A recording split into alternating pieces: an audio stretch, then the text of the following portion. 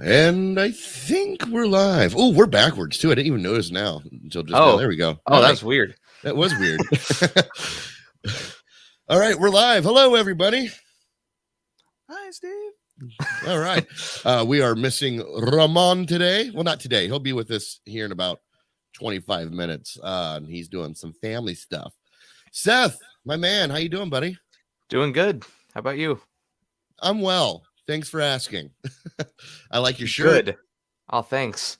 Yeah, for this movie that I'm seeing in 2 days, 3 days early. Yeah.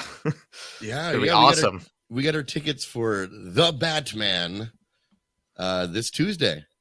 Yeah. I had to pull some strings, flash the Film Trigger name around a little bit, but we got it early seats. Yep, that's how you get it.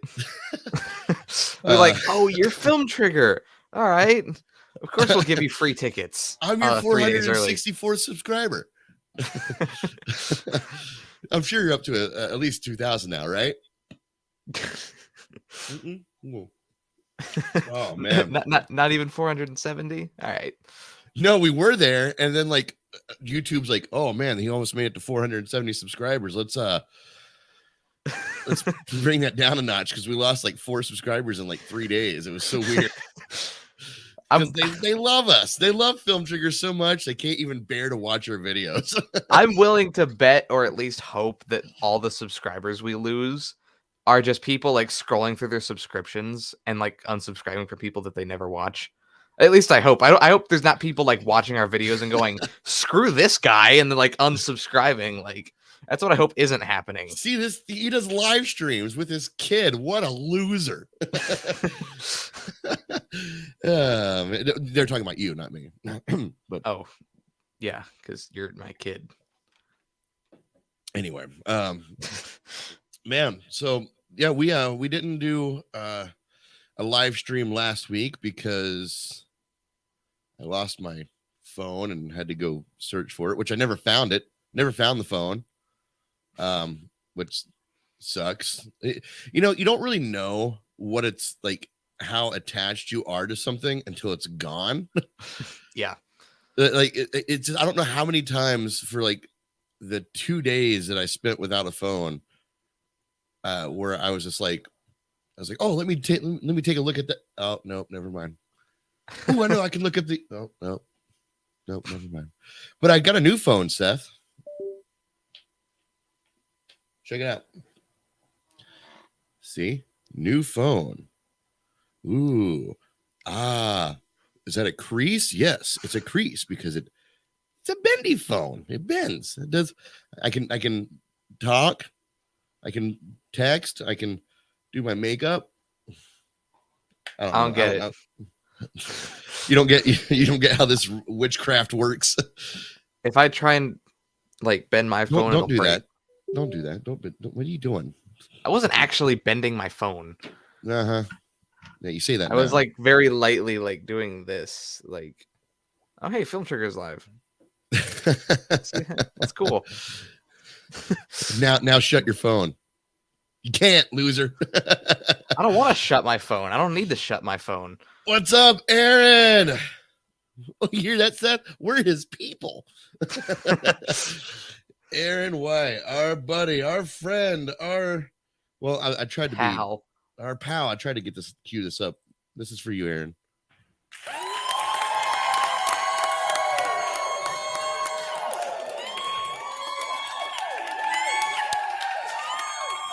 How long is this? That lasts way too long. God, it does last too long. That needed to be like no more than 3 seconds. Jesus. Wow. Oh man. Don't worry, Aaron. Ramon will be with us here in just a little bit. Maybe a lot of bit. He said he'll only be 15 minutes late, but he was thinking we started at 12:30, so he'll be 15 minutes late. He'll actually be 45 minutes late. That's all right. He doesn't know it. No, that's why I'm taking my time getting started here. Yeah. We're gonna wait for Ramon. Well, no, I just whatever. We're just chatting, having fun. Play some games while I'm waiting. Yeah. What is that? What are you showing off? What is this? I'm not showing anything off. I just had it right here. It's a Switch. I just had it right here, laying here. You can play Mario Kart on it. Well, yeah, but can it do this? No, but where is it? God, that thing's Can it do huge. this? Can you take can you take the controllers off of it and get it? It's just a screen now. I can It's just a phone. I can lay it up here. They've literally just made a phone with attachments to it. It's not a phone. It doesn't do anything that a phone does. Well, that's what I'm saying. Like it just looks like a phone, but they just took away the talking capabilities. But it probably doesn't. It looks ridiculous. See any good movies lately? I watched a couple nights ago. I watched a movie called Whiplash, which was really good. Whiplash. What is that? It's about a drummer. It's got J.K. Simmons in it. He isn't the drummer, but he plays like a. Is that the one he got all beefed up for? Yeah, it is. Yeah. Okay. Yeah, he won an Oscar for that movie too. J.K. Really? Simmons. Yeah, he won an Oscar for it. He's actually really good in that movie. But it was a good movie. He won an Oscar for it, so I'd imagine so. Well, I'm glad you brought up Oscars. We're going to talk about the Oscars a little later. And it's actually one of the things that I didn't find any article about. Like it just popped in my head. I was just like, well, we'll talk about it, but I feel like the Oscars are dying or maybe are dead. And I'd like to get people's. I'll wait for Ramon for that one because I'd like to get some perspective on what other people think. Yeah.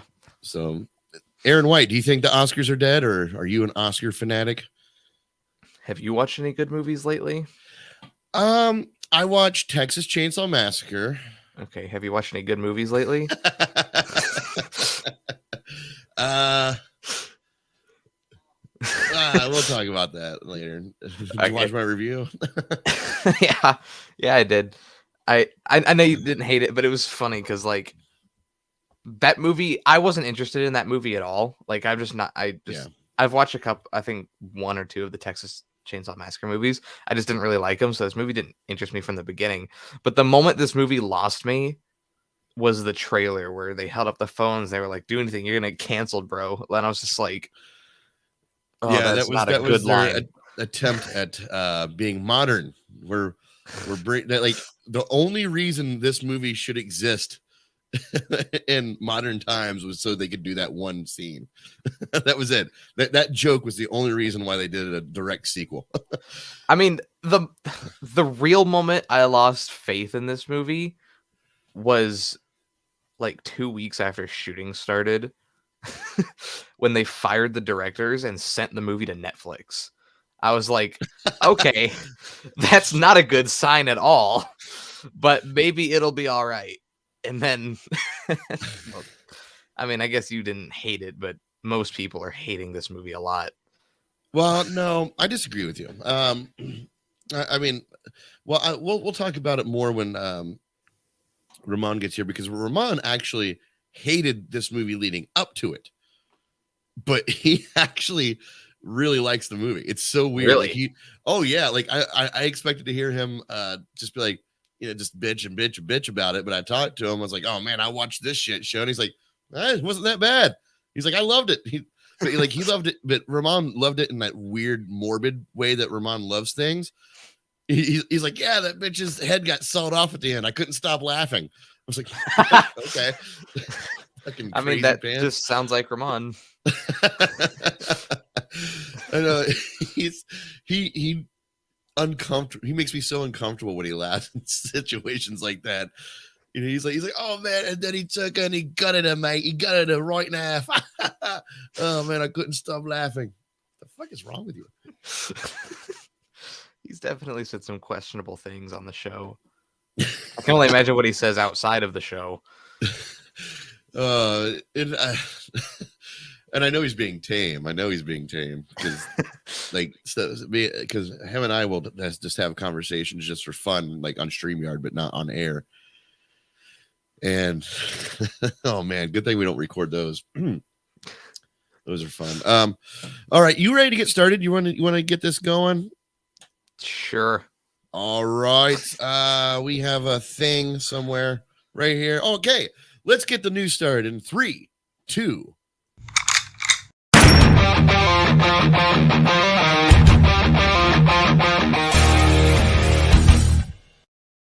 Dun, dun. I want to change the opening, but I thought about changing the music, but I just love that music so much. The music is too iconic. You can't change the music. Well, I mean, like, do what I want, pal. I mean, okay, you can, but you shouldn't. I can't stop drinking my coffee and my water. Like, I keep going back to them.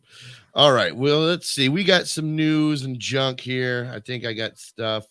Oh, and messages. Okay. Anyway, first of all, I just want to let anybody know who's watching. If you want to text or call us, you can do that now. The line is open. You can text or call us at 740-527-3447. We only do one caller at a time. So if we're on the phone, if we have a caller and you call in, you'll head the voicemail. But just wait for us, okay? Because we're not. When we start getting flooded with callers, then I'll add another line. But somebody call us, please. This is when Aaron White calls us. He's like, "Hey, I'm just doing it because I feel bad." And also, if you're watching us on the Facebook, there is a link at the very bottom of the description. If you just click that link, you'll bring up your name will show up on the live stream when you send us a comment. If you don't click that link, and it's very simple, all you gotta do is click on it, say yes, I give you permission, and then that's that. If you don't, you'll just show up as Facebook user, and we'll have no idea who this anonymous Facebook user is in the comments, which is fine. But even though we seem to be pretty good at guessing most of the time. Well, yeah, but if there's like 3 people who don't do that, oh yeah, good point.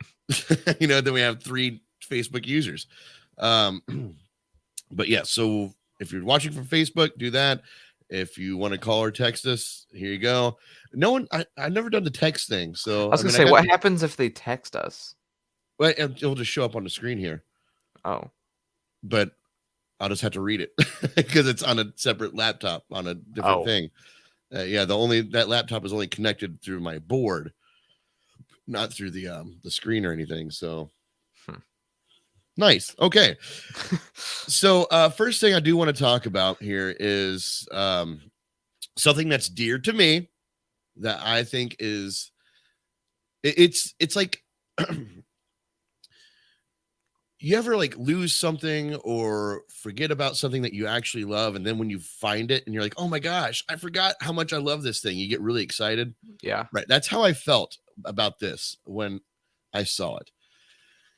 Freddy's Nightmare TV series is now streaming on Screambox.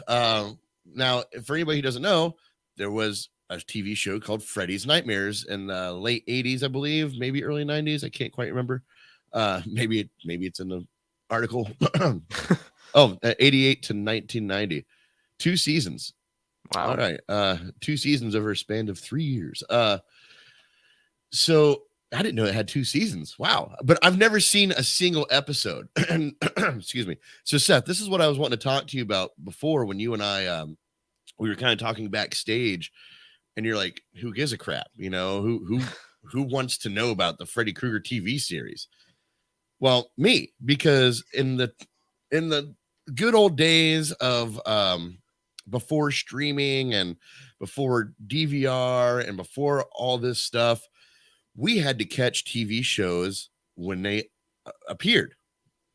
Yeah. When they went live on television, or maybe the reruns. But other than that, that was it. If you missed it, you missed it, And this TV series, I didn't even know existed until like early 2000s. So the fact that it is now streaming makes me really excited. Like now I get more Freddy Kreuger content that I've never seen before. It's like finding that thing. It's like, oh my God, it's my favorite thing, but I've never seen this before. Is this show like good? Like I've never heard. I'm not like saying that as insult. Like I've heard of it before, but I don't know. That's not bad, actually. A 6.4 out of 10 on IMDb. It's a little lower, but it's not bad. Really loud. Out of Google users, 93% of people like the show. Well, I mean, I can't bring up the volume right now, but Hmm. I mean, it looks like 1980s, you know, like. Actually, it's got 3 seasons. Oh, does it? The article said 2. Yeah, but they have like release dates and titles for every episode in season 3. Weird. Maybe they meant like it only got 2 full seasons. Yeah. Maybe. Okay. Season 3 was a lot shorter. The Oh, first is it? two. The first. Okay. Season 1 has 10 episodes. Season 2 has 24 episodes, and then season 3 goes back down to 10. All right, weird. So yeah, but it's something new, something exciting for me. I get more content of my favorite horror franchise that I've never seen before with the actor I love doing it, Robert Englund. It might be cheesy, it might be hokey. Who knows how much blood or gore it has because it was TV. I don't know. It was the 80s, and it was like the Wild West back then. You know, like anything could happen. Like it could be super subdued and like completely edited, and it would make sense because parents in the 80s were like, my kids can't watch that. Or it could be completely bloody and disgusting because fuck it, it's the 80s and parents are like that. You know, like it's so the 80s are so weird about stuff like this. Yeah. But for me, as I said, I'm just really excited to actually get new content that's new to me content. So Nice. so are you interested in it at all? I'm a little curious about it. I don't know if I'll go out of my way to watch it, but I'd be curious to see what it's like, you know. Yeah. Well, now you can find out because it is streaming on Screambox, which I've never heard of before. Never heard of it either. But I'm guessing you're going to start hearing about it because they I think Screambox is Bloody Disgusting. You know who Bloody Disgusting is? Yeah. I think it's their streaming service. Let me check this out. Yeah. Oh, that's like their that's their headlining title right now is Freddy's Nightmares.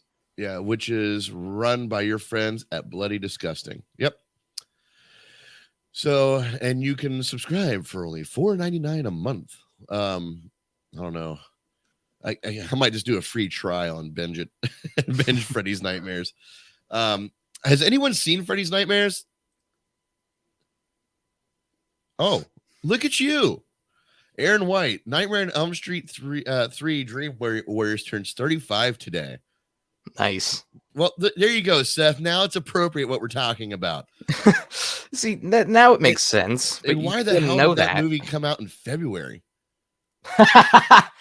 Why did Nightmare on Elm Street release in February?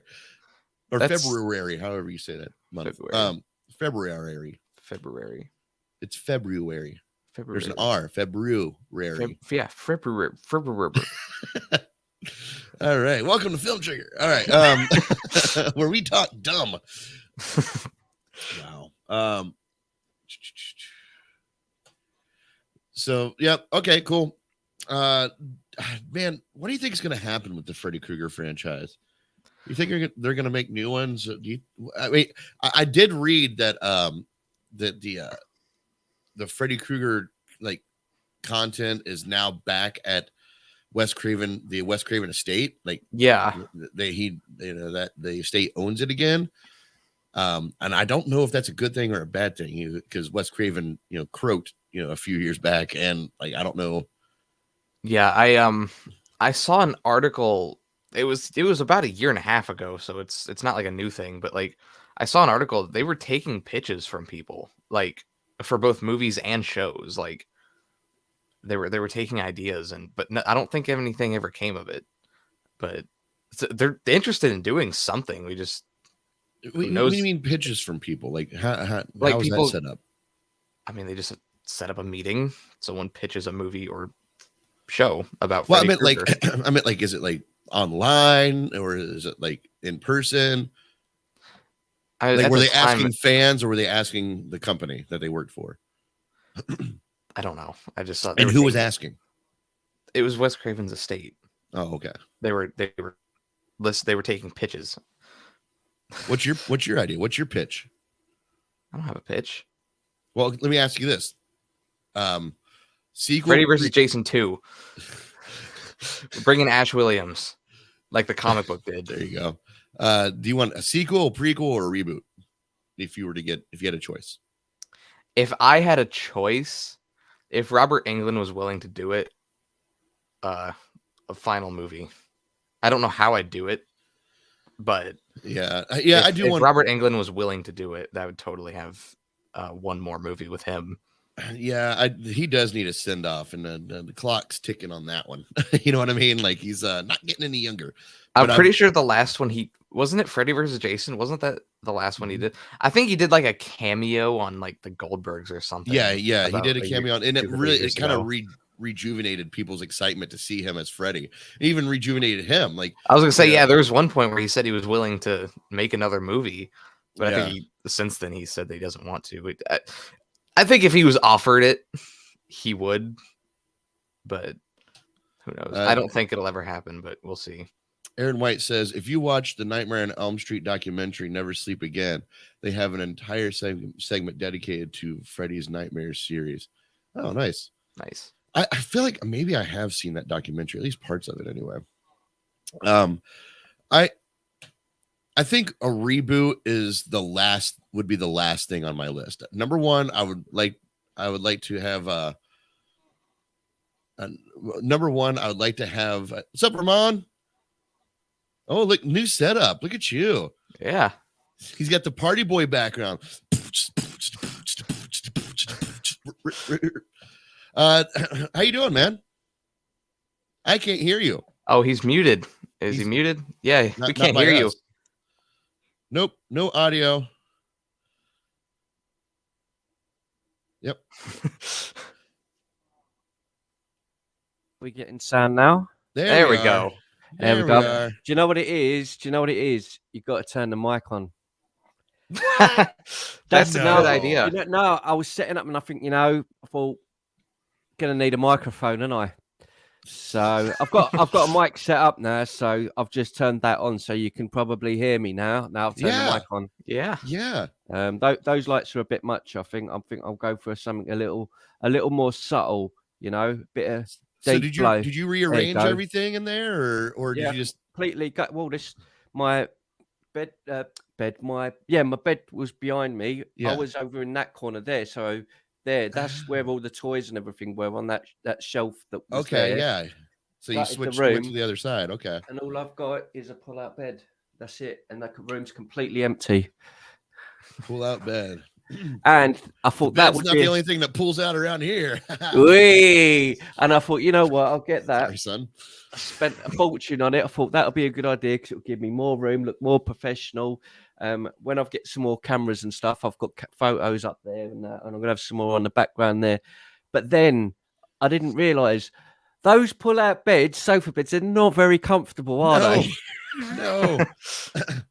I've been on it 3 days, and I'm like, what you got to do is just like have an extra like mattress like set aside, so when you pull it out, you can just set that mattress on top of it. That's what I'm gonna have to do. Didn't think of that. Or just get a bed. Either one. I could do. That's a good theory. That I like that. That's a good theory to explore. But we love a good theory, don't we? Oh yeah, Ramon having a one-man rave. Yeah, that. Yeah, whatever. Imagine like that cat like gif.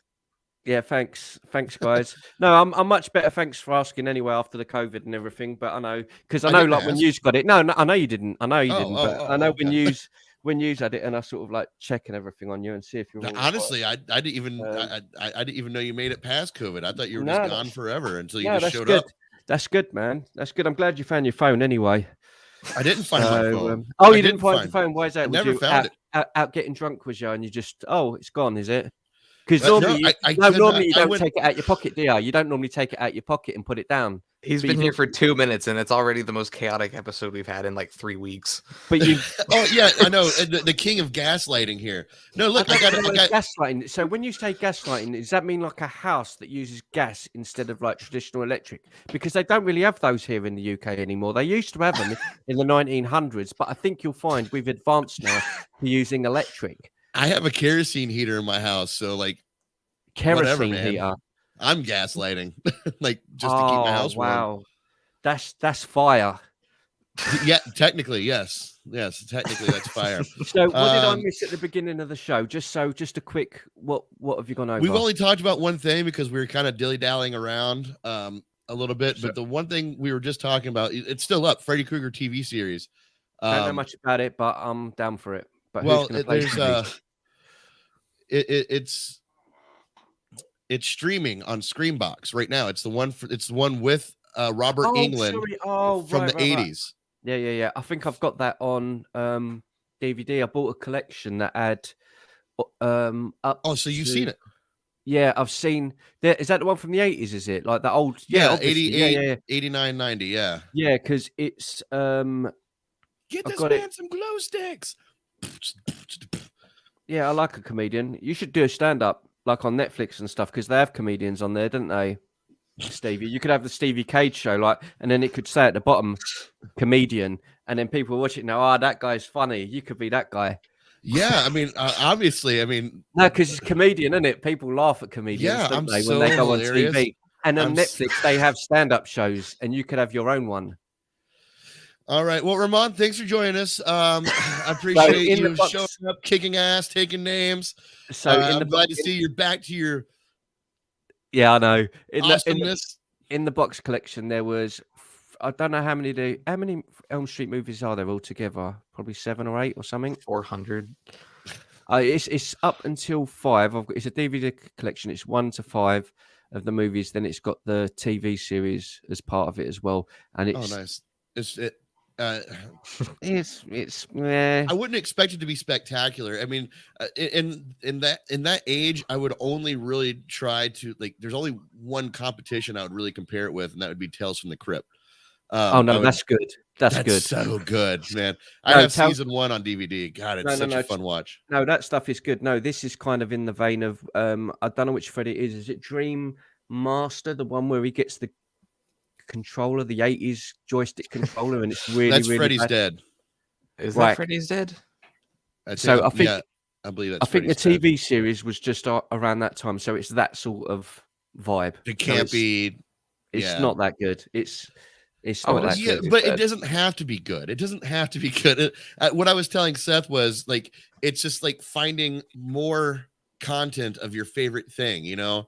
And if you've not seen it, it's worth watching. If you've not I've never seen it. Now there's this whole nugget of Robert Englund, Freddy Kreuger just waiting to be watched. And I would be the same. I think if I hadn't seen it, I'd probably be the same. But it's just a bit crap, really. Tales from the Crypt is wonderful in comparison. I mean, my God, it's so good. They're never unless the property goes back to Warner Brothers, it's never going to be as good as that because they own the Crypt Keeper. I was gonna say, remember when they tried to reboot the show and they said the Crypt Keeper wouldn't be in it? Everyone just immediately hated on the show. Well, the Crypt Keeper was going to be in it, but he wasn't going to be the one that we recognize. He was going to be the more comic accurate Crypt Keeper, which is like a old witch looking type of lady with the long silver hair. That was the one that Tales from the Crypt is great though, man. I remember HBO as a kid myself. When HBO picked it up, they turned the Crypt Keeper into that ghoulish looking skeleton decomposing body thing. And that's what sold the show. Having him as the host, you can't do that again unless you bring him back. I love that sort of stuff though. What is that's Tales of the Crypt is kind of like the short stories, isn't it? Yeah, like the I think 2 stories per episode or something like that, like half-hour episode, 2 15-minute. There was quite a few of those though. Like there was a one that was out before that, and they remade it in the 90s called The Outer Limits. Hold on, talk amongst yourselves. Somebody's at my door. Hold on. It's probably the person with his phone, maybe. Do you imagine? He bought a whole new phone. Imagine if someone shows up with his phone. Not just a bit of a phone, a whole new phone. A whole new phone. Full price. A whole thing. I would assume. I don't know. Oh, wow. So what has Seth been up to the last couple of weeks? I've just been doing a lot of testing. I'm trying to get my driver's license. That's what I've been up to. I see. Yeah. And okay? Yeah, it's going good. I had to finish a course. So I finished a course, and now I just have to wait for a certificate to show up. So there's nothing I can do until that happens. Okay. Well, that's good. That's good. I have an emergency. I have to leave. You have to Oh. leave. Yeah, June got out. June's my pig. Yep. Okay. So if you guys, I don't know, fuck. If you guys want to like continue talking, you're more than welcome to. But I have to go. Okay. I'll be back as soon as I get June, but I don't know how long it's going to take. All right. Where would your pig? Okay, just go and get your pig. Okay. Yeah. All right. Okay. Okay. So are you guys going to stay up or? I'll tell you. Yeah. Well, if you want, we can carry on until you come back, or we can jump on later. It's up to you. Okay, then. Sorry, I didn't mean to click that. I got to go. Oh, okay. I'll be back. I thought you just. Okay. I guess we'll stay on. Have you got all the new stuff? Yeah, I have access. I can't like bring up his screen or anything, but I can bring up all the I can bring up these. So I hope that's good enough. That's cool, bro. That'll do. So right, okay, let's just go on off the fly then. On the list, have we got all right. I don't know. On the list, do you know if we've got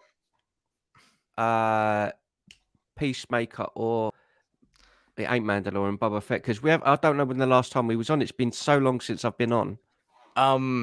Last time you were on, we talked about Boba Fett episode 6. Last time I was on, though, that's when the finale came out. We talked about the finale, but you weren't there. Oh, if you want to talk about the finale, wait, and the Peacemaker curious. finale, have you done as well? We have not. That's on here though. It's at the end. Right? Yeah. Cool. No, it's just well, Boba Fett then. I think the show was pretty bad overall. To be honest, I thought it was pretty crap. I think, obviously the best parts were the Mandalorian. That was the best parts of it. The Boba Fett part was just, I don't know, not very good. Last time we were on, which would have been 2 weeks ago, I think. Now, 2 weeks ago, I went on a rant about Boba Fett. Wow. I'll have to watch it. I went on a rant about how bad this show was because I said that this show and the finale made this show bottom tier Star Wars content. Like, I hate the way they handled Boba Fett, and even in the finale, I don't like the way they handled the Mandalorian. It's like even in the finale, they made him like he was different in the last episode. Yeah, he felt different. Like, yeah, I don't know. I didn't like the show. I didn't like how they handled Cad Bane. The only thing that I liked about the finale is that Cobb Vanth is still alive. Which but I don't think they couldn't kill him off anyway. They weren't going to anyway. I never thought they would, but I'm glad they at least confirmed that he's not dead. Yeah. I think it was just I don't want to be too abusive, but I thought it was crap. Like it was. When you look at Star Wars and that wasn't, and when we've experienced the Mandalorian and what we've had from that was so epic. And I've even watched the season 1 and 2 of Mandalorian probably 2 or 3 times, just over the, in the last couple of years. I've gone back and just put them on when I'm sitting there bored of watching. I think, you know what, I want to watch it again just because I want to see it again. Yeah, there's no way I'm going to do that with Book of Boba Fett. I'll do it with the Mandalorian episodes because I enjoyed watching them, so I will watch those episodes again. But in terms of the Boba Fett stuff, it's just really not very good. It's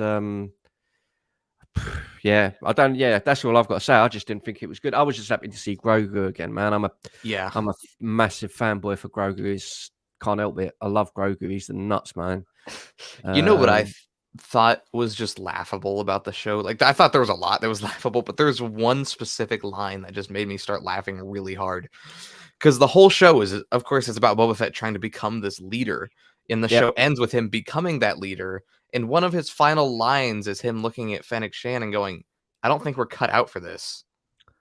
Oh, my So you just God. wasted the whole show. You spent the whole show building up to this, and then you just decided you don't want to do it anymore. The other thing, I know they were going to do it, but I weren't too keen on the Rancor either because I like it in the sense of, it's Star Wars, you're getting to see a Rancor and a Mandalorian and blah, blah, blah. It's cool.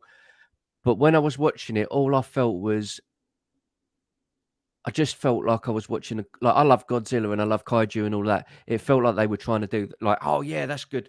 Throw in as much as you can. Just, big monster comes in. And I'm like, this is kind of losing the plot of what I would assume a Boba Fett show to be. It was just throwing everything in to just try and make all these explosions. That's what I mean. You don't need all of that. When we watched the Mandalorian episodes, all that pretty much happened was he started off.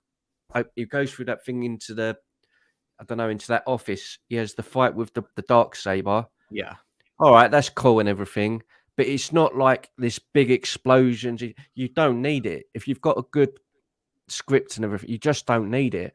And that final episode was just. It had everything. I guess it's supposed to have, like a big battle, but it just didn't really mean anything to me. I was just watching it like.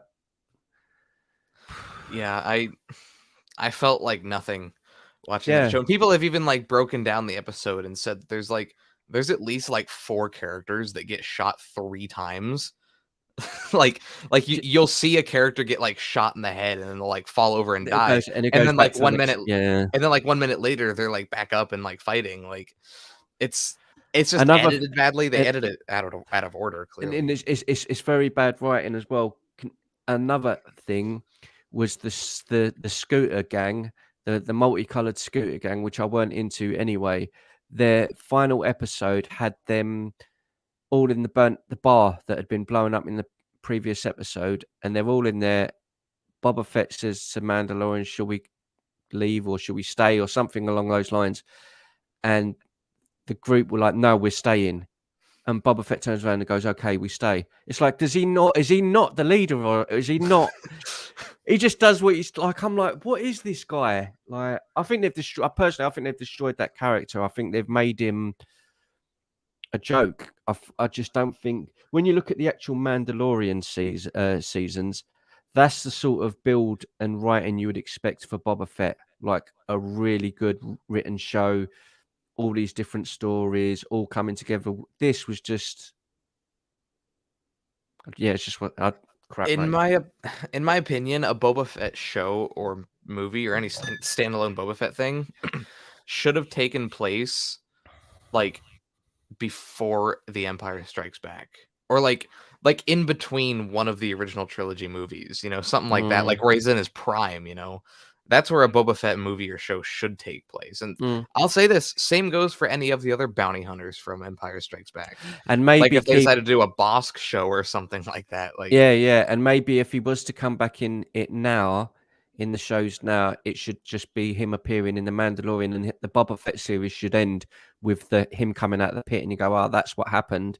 That's his story." Yeah. And then if he does appear again, it's in Mandalorian, just as the side character. I'm sure he'll appear again in The Mandalorian.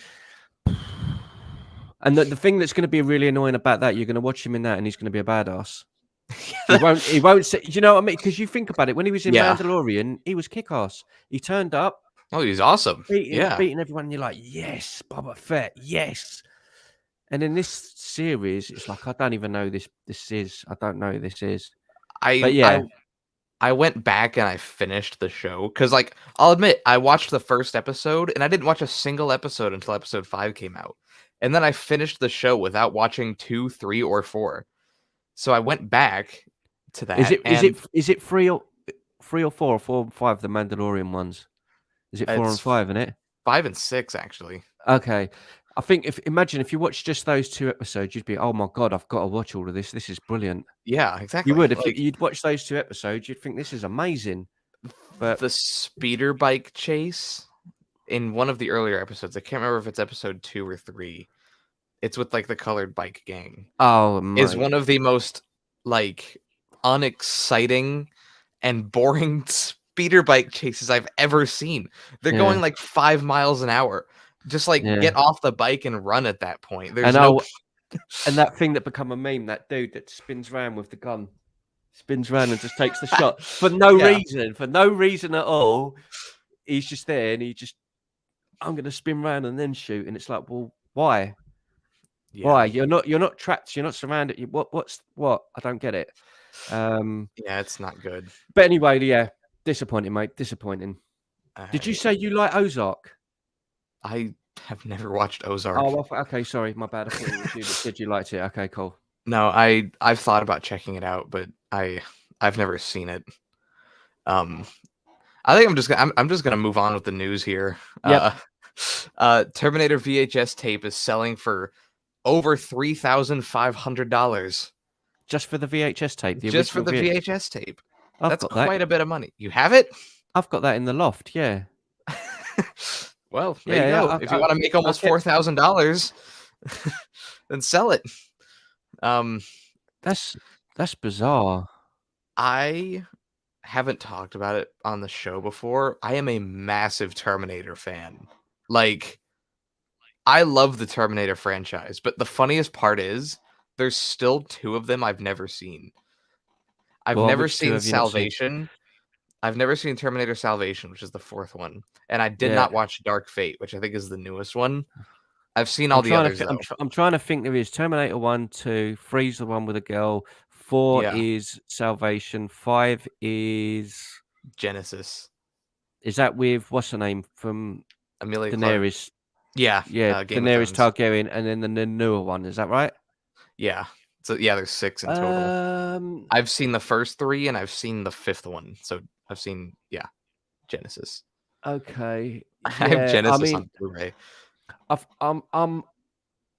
love and I hate the franchise. I think the first 2 the first movie in particular is when I was probably about your age when I see the first one, and it scared the crap out of me because it's more of a horror than the other ones. I think it's more terrifying than the others. I think the second one's brilliant as well. I think it's difficult to say which one's the best. They're both just amazing. I think after that, they're just okay. I like them, but I'm not. I think the first 2 are just so good that the rest are like they're okay. They never needed to make any more than 2. And people always talk about the second one. They're always like, "Oh my god, the second one is perfect." And I agree. I think it's a really great movie. But I think the first one is just as good as the second one. I think they're equally great. And I think I love the first one as more just because I like Kyle Reese and he was in Aliens, and he was in he was in Mandalorian.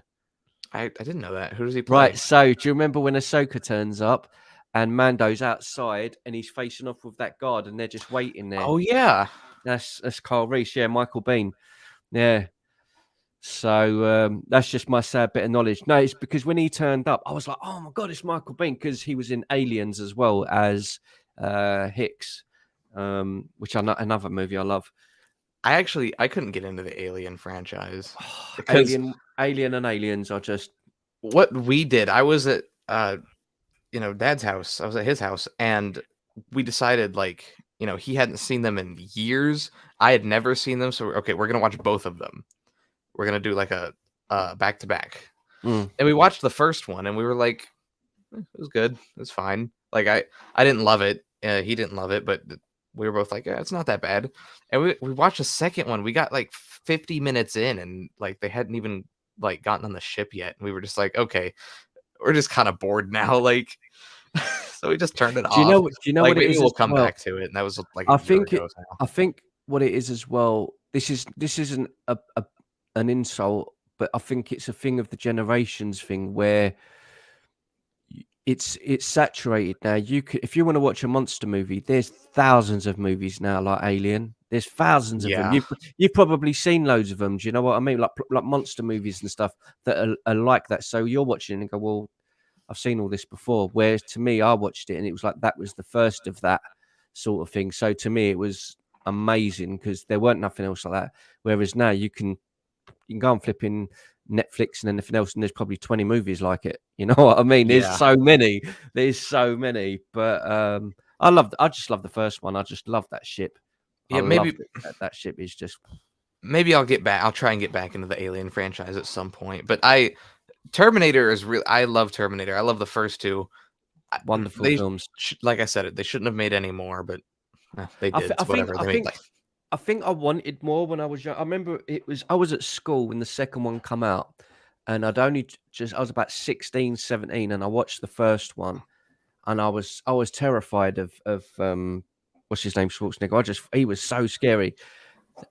He's back. Hey.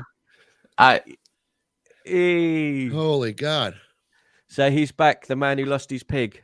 It's what a weird problem to have. Did you get the pig?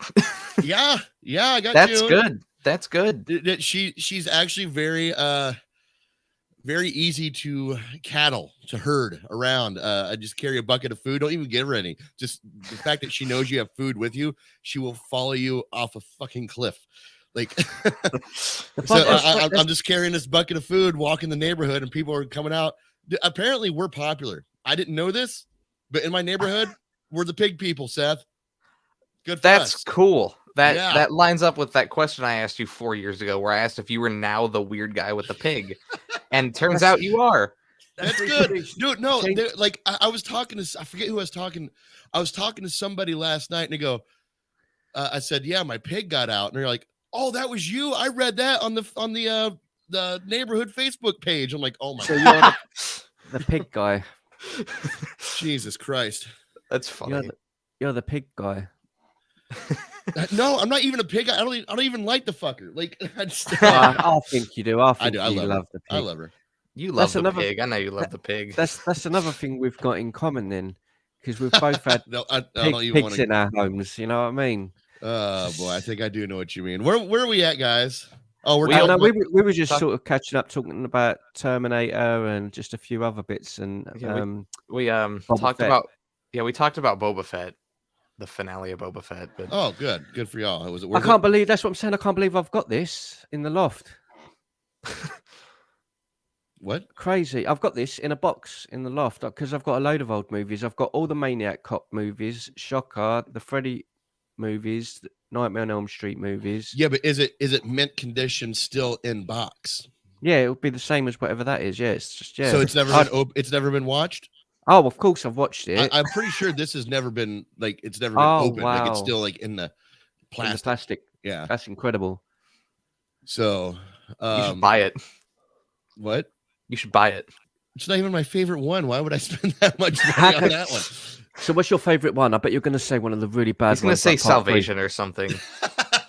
You know, I'm just saying Salvation's a lost gem, guys.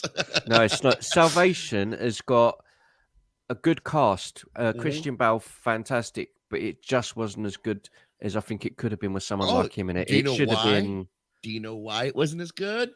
Because it was a bad script and it was really, really shit. Studio involvement. That's why. Studio involvement. They got involved. Everything about it, like the aesthetic and the look of it, great. It's very like rough and very, it's got everything there, but it's just. And I don't like Sam Worthington either. I think he's a terrible actor.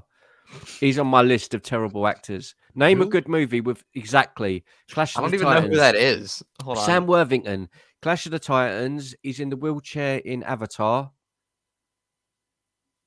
Only other than Avatar. Avatar's a great movie when it came out. I thought it was. It's not something I'd watch over and over, but at the time, Avatar the guy in the Avatar. I was thinking the Airbender. Sorry.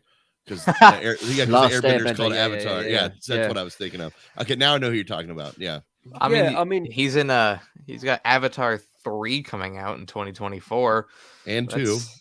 Yeah, but it'll just Avatar be a voiceover. 3 is coming up first. What? Hacksaw Ridge. Oh yeah, that Andrew Garfield got nominated. That's a great movie for that. That's a really great movie. I haven't heard of like any of these movies. I've heard of a couple of them. Like I've heard of Hacksaw Ridge, but Hacksaw Ridge is a really Terminator 2 is it? I think either or. They're both. Yeah, Terminator 2 and Terminator 1 are tied. Yeah, Terminator 1 it's good. Like it's a great like horror or what tech noir is what they named it, tech noir. It's a great. I guess Blade Runner would fall under that category as well. It's that same vibe there. Yeah. It's a great movie, but they totally changed everything up for Terminator 2. But like, it wasn't bad. It was a good change up, And they brought him in. I think they're both in that one. What a weird thing. Yeah, they're both great movies. Again, remember when I first see that second one when I was a kid, and that part in the arcade, get down. And he starts shooting in the hallway, and I was like, "What's going on here? I don't understand what's going on here." And he ends up being the protect. Yeah, it's just a get down. Great film. Great film. Yeah. Yes, absolutely great film. You have to be one hell of a collector to spend $3,500 on a VHS tape. I mean, I don't think it's I wouldn't spend that much money on a collector's item unless it itself had something to do with whatever I want. Like, this is just a movie that somebody owned, but like if it was like signed by Arnold Schwarzenegger or like, was the first copy made, right out of the print. Okay, then I understand that. But like just your run of the mill, like somebody just picked this up and just left it in their shelf for years. It's a bit crazy, isn't it? Yeah, I mean, you could probably buy a piece of movie memorabilia from the set for around the same price. Like how much is that? How much is that that glove he's wearing right here? Yeah. How much is that? Yeah. Yeah. That was just such a cool movie. Do you know what? I've watched that movie so many times as well. Like, it's one of those ones where I will just, if it's on again, I'll just watch it. I just love the movie. I just think it's great. Yeah. Yeah. It's. Do you think they should continue the franchise, or do you think it's dead? I think it's done. I think. Oh yeah, this franchise is done unless they reboot it. And you don't want to do that. You don't. No. They tried to do that. They tried to do that sequel, prequel, reboot thing. No, but like reboot. Times, yeah, but if they rebooted it, that's one of the few franchises I'd say if they rebooted it and done it completely new cast, completely whatever, and go back to the roots of it being like a scary, like because it was scary. Yeah, because it was scary. Even the second one, like he was scary. Like John Cena would play Terminator.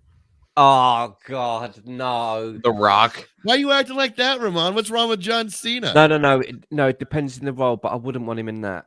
He hasn't won you over with Peacemaker yet. No, I love Peacemaker, but I wouldn't want him in. I'd rather it be again someone that's completely unknown because I did like the guy in the last movie. I think he was like Mexican guy or Spanish guy. He was good at the role, Luna? But it's just. Yeah, like I like the guy who was in it, but again, it was the script that was the problem. It needs to go back to its core. It needs to go back to that scary element. I remember, as I say, that first one, when he first turns up and he's looking for all the different Sarah Connors, and there's like an old lady. And he happens to Sarah Connor, and he just bashes her, bang, and just blows her away. And it's like, that's scary. Like that's cold. And I also loved like the mythology behind his Terminator. Like in that first movie, because he was known as the phone book killer, because he was, yeah. Like that's so cool. I love it when characters have almost two roles, like going back to Freddy Kreuger, he was the Springwood slasher, like that's what he was known before he died. Like I love when they have two different, I do love me some Freddy. Freddy. That's what I was I'm glad I brought that up. Thank you, Steve. Well, you're welcome. Because I meant to bring this up when we talked about the Freddy Kreuger thing. This is when Ramon popped on. What I was saying was I would love to do a prequel movie for that. For Freddy? Yeah, for Nightmare on Elm Street. Because how it becomes. Yeah. There's a whole story there of what happened that led up to his death. Of him going around murdering children, known as a Springwood slasher. And there was that trial that ended up being a shit show, ended up making him walk, free. There's a lot of content with a prequel series for that. Sorry, I had to get that out of my head. Not a bad idea. No, it would be a great TV series. Put that on HBO Max, the prequel series for Nightmare on Elm Street. I'd be down for that. But anyway, yes, Terminator, $3,500 for a movie. I wouldn't do it, but I didn't mean to click that. I don't know. It's just not worth it for me. Let's see here. All right. Fantastic Four reboot is going to happen. We know it. We know it's going to happen. Well, they already announced it. Yeah. So, like, should the reboot be dark or should it be fun and campy? What do you guys think? Why would it be dark? Is my question. Like, where did this conversation come from? Like, well, where did it come from? Actually, was I'll bring it up. The guy who played the Thing, he says the reboot shouldn't be dark. He had a whole conversation, but obviously throwing some shade to the Fant4stick movie that came out, which I personally love. You guys know that. Well, I love the concept of it, but I don't see why he doesn't think it should be dark. Like, what's? I don't think it will be. Look, they're going to introduce him in what's it called, Doctor Strange, are they not? So well, maybe. I think they'll introduce him in. Yeah, they'll be introducing Doctor Strange, and if it's in Doctor Strange, yeah, it'll be a bit of a darker tone, but it's going to be Marvel vibe. It's not going to be right. You know, like Logan. It's, like it's not going to be Fox Logan. property. Right. Yeah. So I think they'll do. I think Marvel will do fine. Do you think there's any hope for this franchise? Because Fantastic Four, I mean, this will be its third go around, and it has not really. I think the most success they had was with that first movie, and it was like mid-grade success. You know, and then the second movie, people just lost interest in it. But I mean, of course, I have hope. I love the Fantastic Four. Like as a team. You're being like sarcastic. yeah, I'm not. Oh, No, I'm okay. not being sarcastic. Do I love the movies? Absolutely not. But I like the team. The team has always been interesting to me. Yeah, but that's Hmm? my weakness. When he just said, what was the one you said just now? The newer the most recent Fantastic Four. My one is the Silver Surfer. Yeah, mine's the Silver Surfer one, and I've said it on here before. And I know it's not that good, but I just take what I can get because I love the character. Yeah, it's not they're not bad movies, but they just weren't not successes. brilliant. Yeah, I'm pretty sure they're on Disney Plus. I can't remember if Rise of the Silver Surfer's on there. I just think he's so cool. I just think he's the greatest. You see, I don't think it'll happen in the first Fantastic Four movie, but in one of the Fantastic Four movies that'll inevitably happen, we're definitely going to see Silver Surfer, and I'm really excited to see him. That's what I mean. I can't wait for that. I just love him. He's just nuts. Yeah, I really like Silver Surfer. What's Do you going think on? they're going to do CGI for the thing, or do you think they're going to go? No, they don't need. Suit? No, they'll go for a suit look like Vision, and he'll just be silver. You don't really need to sort of. I was thinking of the thing. Sorry, I was thinking the thing. Do you think they're going to go CGI for the thing? I'd rather he be like the one that was in the first one. I think they're going to go CGI with it.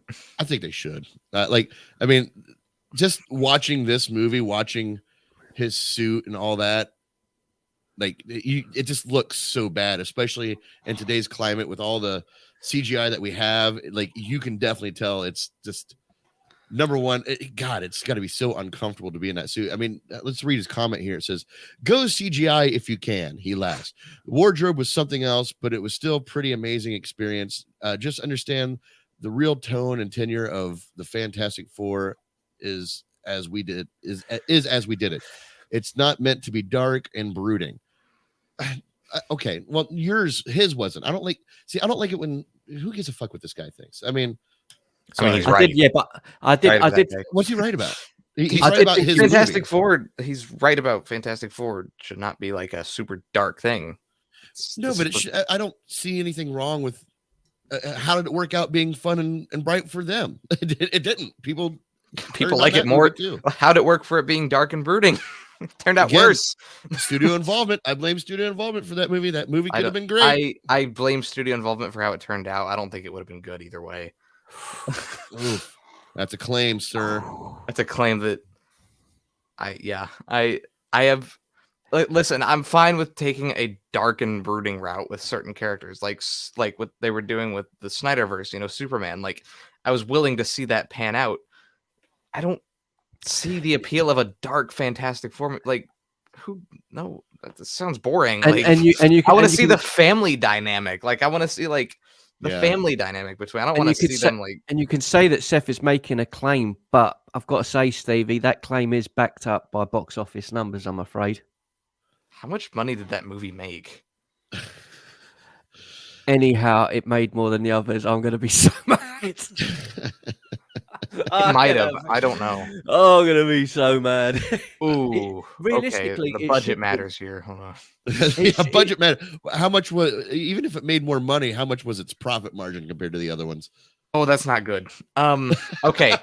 So worldwide, Fantastic Four, the 2015 one, made $167 million on a $120 million budget.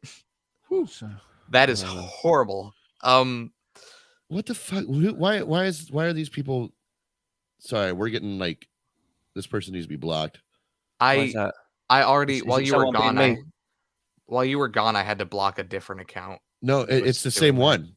It's the same one. Yeah, it's the Love Face XYZ. Wow. How is it the same one? I blocked an account Same while you were name, at gone. least. It's probably Same someone that's name. in love. It's probably it's Nah, it's a probably bot of someone some that's in love sort. with you. Somebody who's in love with Oh. me. Yeah. Well, I'm single. Just call me. don't Uh, hijack my YouTube channel, asshole. Rise of the Silver Surfer. How much money did that make worldwide? Oh, $301 million. Let me look at the budget.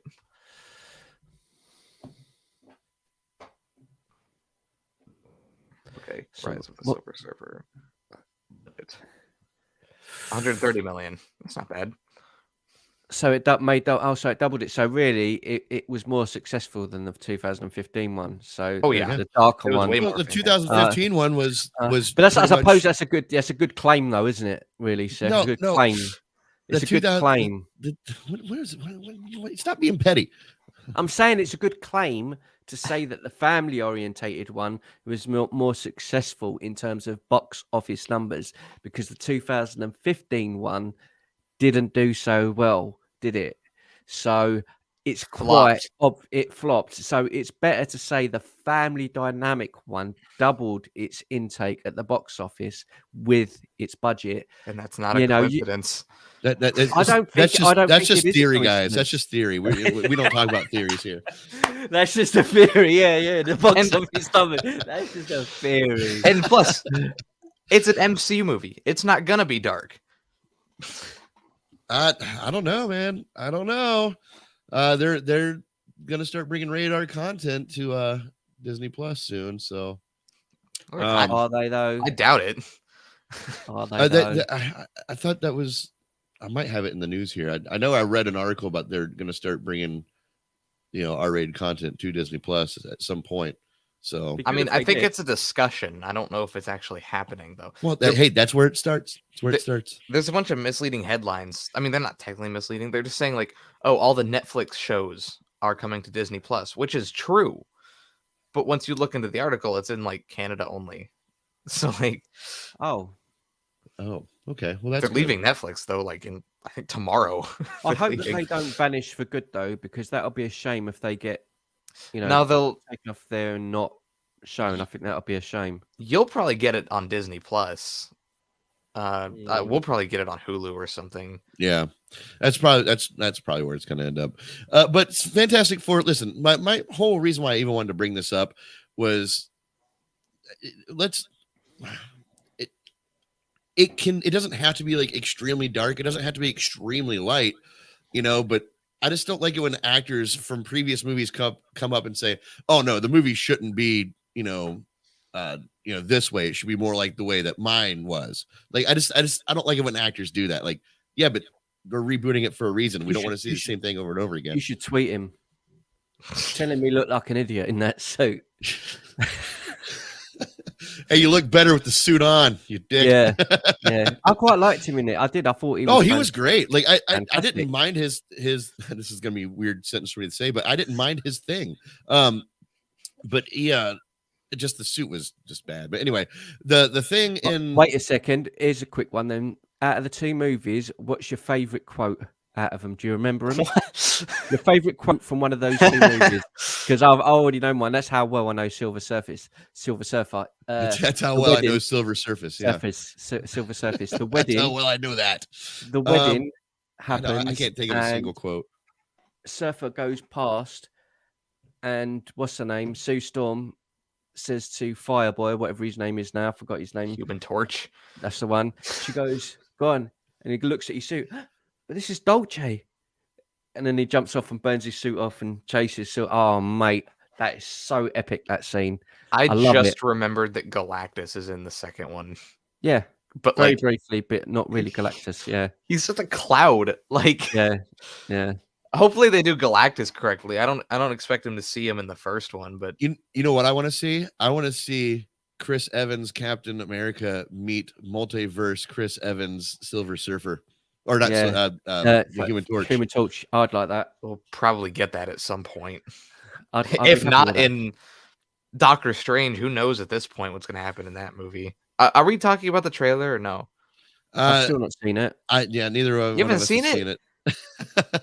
Come Are on, you just not as interested in Doctor Strange as I am, Ramon? No, I think I'm losing interest in terms of a lot of the Marvel stuff. Like I'm gonna go and watch Doctor Strange. That's one of the few that I'm excited for. But like I've said to you guys before, I'm kind of staying away from a lot of trailers now because I think they give away so much. Yes, Like that's what I was telling Seth before we I know went live. Seth's going to disagree, and I know we're doing it on the channel and we've got to speak about it. Certain movies, He's just gonna absorb into the floor. Wait. Like we're going to go and watch it, right? That we're definitely going to go and watch it, and we're going to be talking about that in depth, no doubt.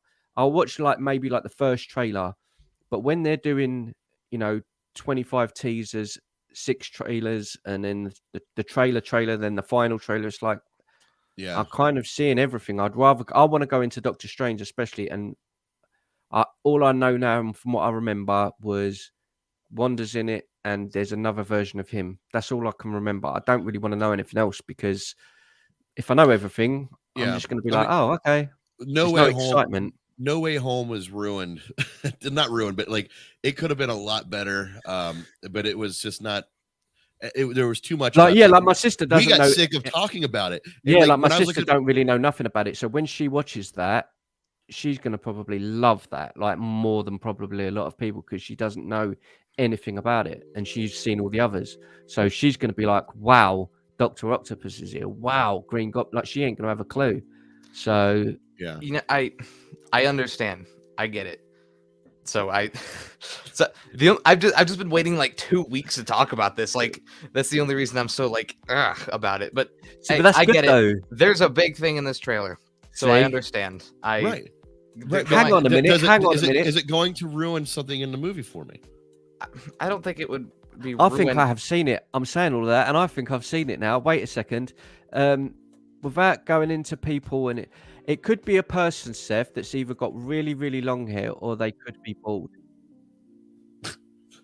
That's what we're talking about. Yeah, Jesse Eisenberg. Jesse Eisenberg's Lex Luthor is making a return in Doctor Strange. I have seen it then. Yeah. I'll say this about it. Just a quick thing. No spoilers.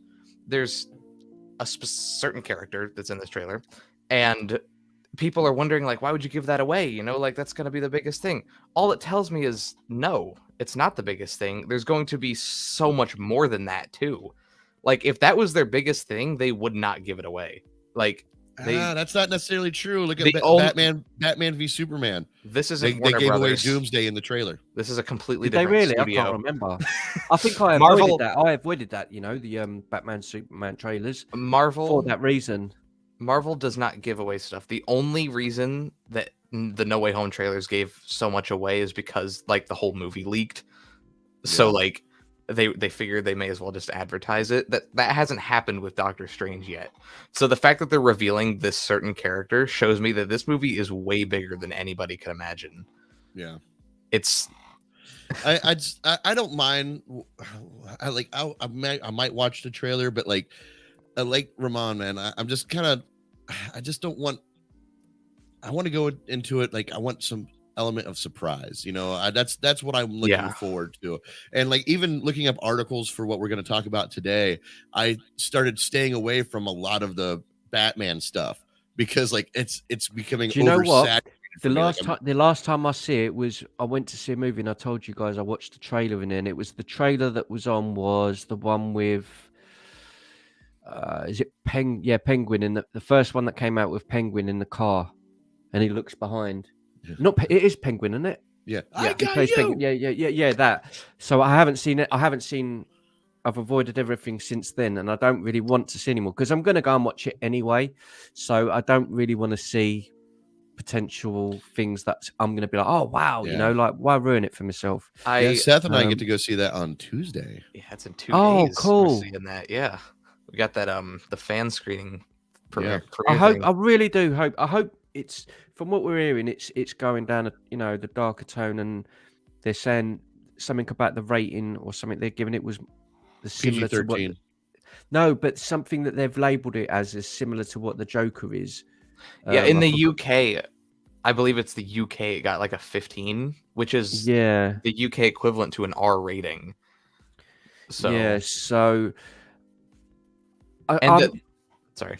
I'm looking forward to it. I'm not like, oh wow, I can't wait. But I think that's probably a good thing because maybe that's what I'm saying. I think I'll go in and because I've got no expectations. I think I'm gonna love it.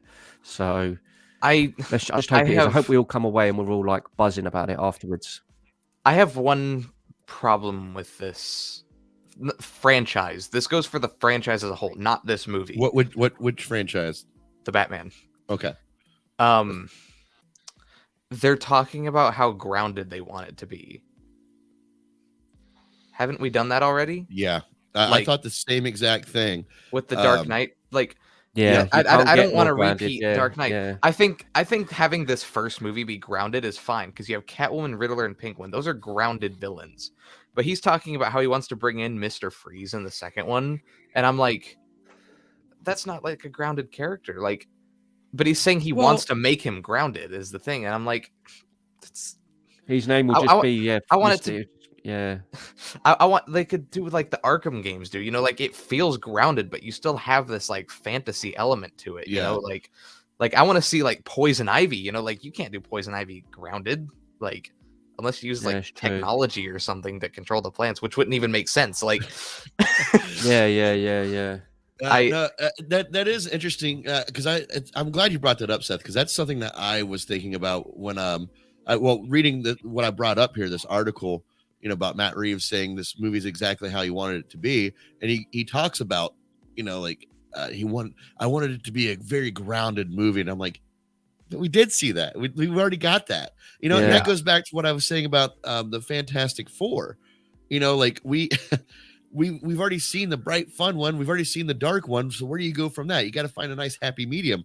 But Matt Reeves, I didn't bring up the article, but he also recently spoke about how, like, he's not like what you're saying, Seth. He's not against bringing these supernatural elements. He even discussed, you know, bringing Superman into this world. He's not. It's not off the table for him, but he would have to figure out a way to do that appropriately so it seems more grounded. Me personally, I think if you want to do a very grounded level, you know, franchise, I think you should start with Superman, somebody who's not grounded, like what kind of like Zack Snyder was doing. I just, that was a coincidence. I thought of that, but you know, you bring Superman and you bring in this element that's way up here, then everything else can absorb around that, you know, on a grounded level. You know, Batman, when you bring Batman in as a grounded level, and then you bring these you know, meta humans into it, everything's just above Batman. Everything's just above Batman. So it makes him seem less, you know, but if you bring Batman into it later, just like Zack Snyder did, then that works better for me. That's just my opinion, but I don't want this franchise to expand outside of Batman. Like I have zero interest in seeing a Superman in this world. Will we? Probably at some point. But I don't have any interest in that. I want a Batman cinematic universe, and there's plenty of room to do that. Yeah, like, you know, we're already getting a GCPD series. We're getting a Penguin series. We'll probably end up getting a Catwoman. I wouldn't even be surprised if we got a Riddler series. Like, we know we're getting a movie trilogy. Like, is that what this is going to be? Is it? Yeah, they're already discussing a sequel, and like and Robert Pattinson has said they've had talks about a whole trilogy, and then even after that, you know, guys, by the end keep talking. I'll be right back. Okay, and even by the end of the trilogy, like they will have probably introduced characters like Robin, and then you could do like a Robin spinoff, you know, have him grow into becoming Nightwing, and then you bring in like Jason Todd, Red Hood, like. There's a lot. I would rather it's. Yeah, I'm the same. I think I would rather it just be this. It is what it is. It's Batman's show. It's Batman's. Yeah, I agree Batman's with that. Yeah, cinematic universe. I think. I mean, plenty of opportunity for that. I think I'm downplaying it, but I think it will be good because from what I'm hearing about it, it's really, really dark and it's very, very gruesome and it's sad and it's got all of those elements. So I'm, you know, from what I'm hearing, it's gonna be everything you want in a Batman movie. but I'm just not getting myself too excited. But I know what I'm like because it's one of my favorite characters. I know what I'm like. I know when I get in there and it starts, I know I'm going to be like super excited because I love the character so much. So it's I think whenever there's a new Batman, someone taking the role again, it's always a bit difficult because you think they're going to be good. So it's going to be that initial. Is he going to, are you going to be convinced by him? But I think he'll be great in the role. I think I think he'll be great in the role. Oh, you're talking about I just hope we all get. Yeah, I just hope we all get what we want from it. Yeah. I think we will come away. And next weekend we're like, oh my god, that was so good. I think the movie's going to be great. It's going to be a blockbuster. It has all the correct elements. To me, I just don't want it to be the same thing I've seen already.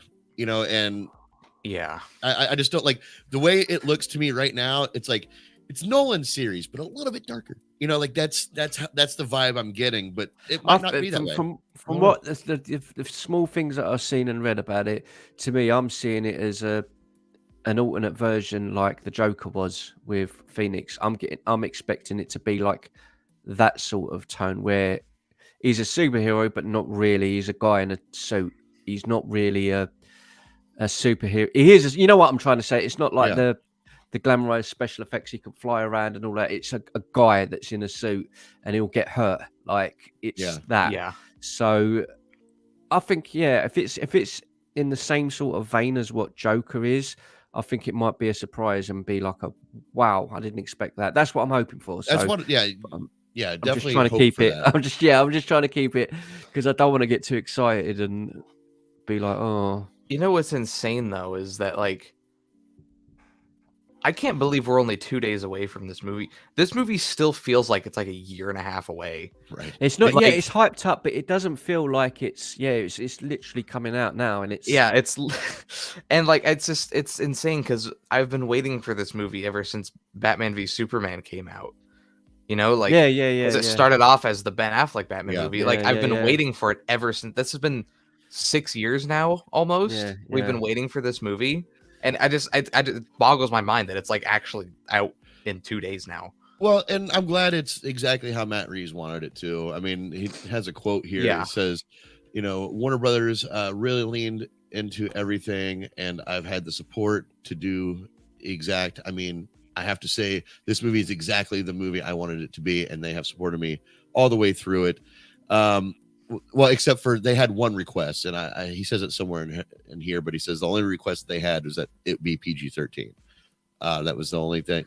That's understandable. Do you know what's a good thing about this as well? And it's to take it or leave it kind of comment, but every movie that I think is considered a classic in terms of science fiction, comics, and stuff like that, they're always a nightmare on set. There's always problems. And I remember when this started shooting, it was like concerns whether Pattinson would want to carry on doing it. And he was not big enough. And there was trouble on set and stopping and starting and all this crap. Now, it doesn't really mean anything, but I'm just looking at it. I remember when the first Blade Runner come out, there was absolute nightmares on that. And there was staff fighting and there was camera crew not getting on with Ridley Scott. And it just seems whenever there's people that are that passionate about something on a project, they seem to come out with something special. So I'm hoping it doesn't mean anything. I'm just going by from the experience I've seen. Alien was another one that was a nightmare to be made. So was Jaws. And this is another movie that seems to have had severe problems in the production process. And what problems are those? With Jaws, the shark didn't work. No, I'm talking. Yeah, with Pattinson. Pattinson. Yeah, there was all the talk about him not being big enough for the suit. He weren't sure if he wanted to continue playing the part. Was kidding about that. No, but you know what I mean. There's when you have things come out with movies, you don't you never heard nothing about Iron Man. There was never a negative or a nothing comment. It was just here's the photos. That's it. Like when. It doesn't. You know what I mean? Like it could all just be. I don't know if it's smoke without fire, but it just seems that it weren't a smooth sailing like we know with movies. Oh, it just went ahead and everything was great and it was done brilliant, fantastic. Well, I mean the movie was bound to have some sort of controversy attached to it, considering the fact that it was born out of the ashes of the Snyderverse. You know, like it really was. So I mean, that in itself, it was born out of controversy. Yeah. You know, but That's what I'm saying. I'm just looking at all the movies that I've loved over the years that I'd go, wow, what a film. They're always the movies that have had pressure on it, if that makes sense. So it just seems because there's tension and pressure on a project, they go all out, and they, like you just said, there's the pressure of it being born of that. It can't fail. It has to be great. So I think it will be, but I just don't want to get too excited because I mean I love Batman. He's probably out of all the comic book movies, I love like certain characters now, but Batman is like my favorite. He's just the fucking nuts. Like even the movies that are not great, I'll still watch them again because I love Batman so much. So well, people can relate to Batman. Anybody could be Batman. You know, in their heads. Yeah. I mean, who? I mean, like Aaron White, one of our biggest, supporters here. He loves Superman, but he can never physically be Superman. He can't, fly out into outer space and go around the Earth at supersonic speeds. But he can translate. Well, I'll be Superman by being a hero to my family. So that's how you can relate to that Superman. But like Batman, it's like, honestly, if I had $1 billion, I might be able to do this. I might be able to. It's just a guy. Yeah, it is. It's just. I mean, that's probably what it is. Didn't they have a Batman type of dude going around like over in your neck of the woods? Oh, probably.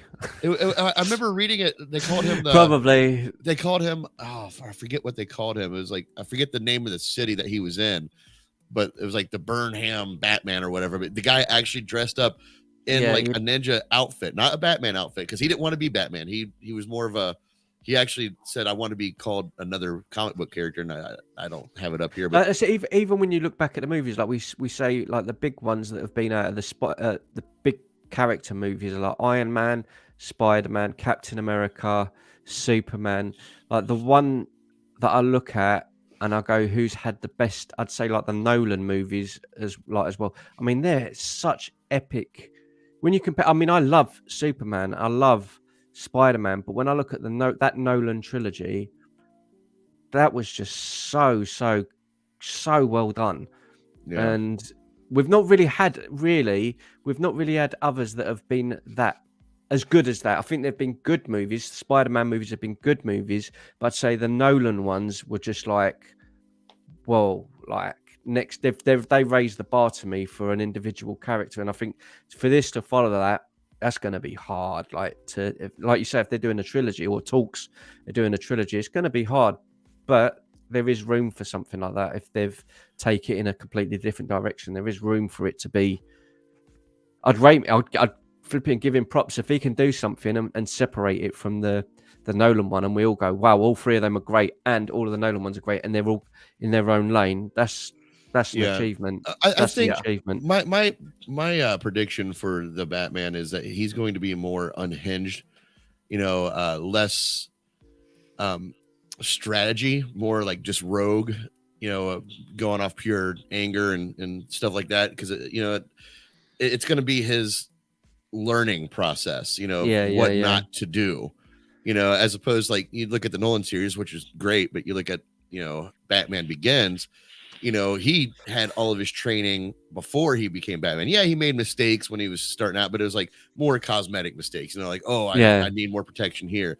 But this is going to be more emotional, I think, of what. Do you know what I'm looking forward to? What I'm looking forward to as well. I know this is stupid, but I'm really looking forward to what quotes we come away with, because I know that sounds stupid, but you look at even the Batman and Superman. I always quote that Alfred thing. That's where it begins. The powerless. That when you look back at powerlessness, yeah. But then when you look at the Christian Bale ones, even those they've got quotes, like memorable quotes, and that's what I'm looking. Yeah, see, that's what I mean. They've all got epic like moments, and I hope we get. That's what I'm saying. I hope we get a scene in this that's like him and Riddler or him and Peg, like a one-on-one dialogue scene where we're already doing it. I've already. How many times have I said, I got you, like from the trailer, how many times have I quoted that already? Every time we talk about it, I quote that. That's true. I've already got that. But speaking of Penguin, since we're talking about the Batman stuff here.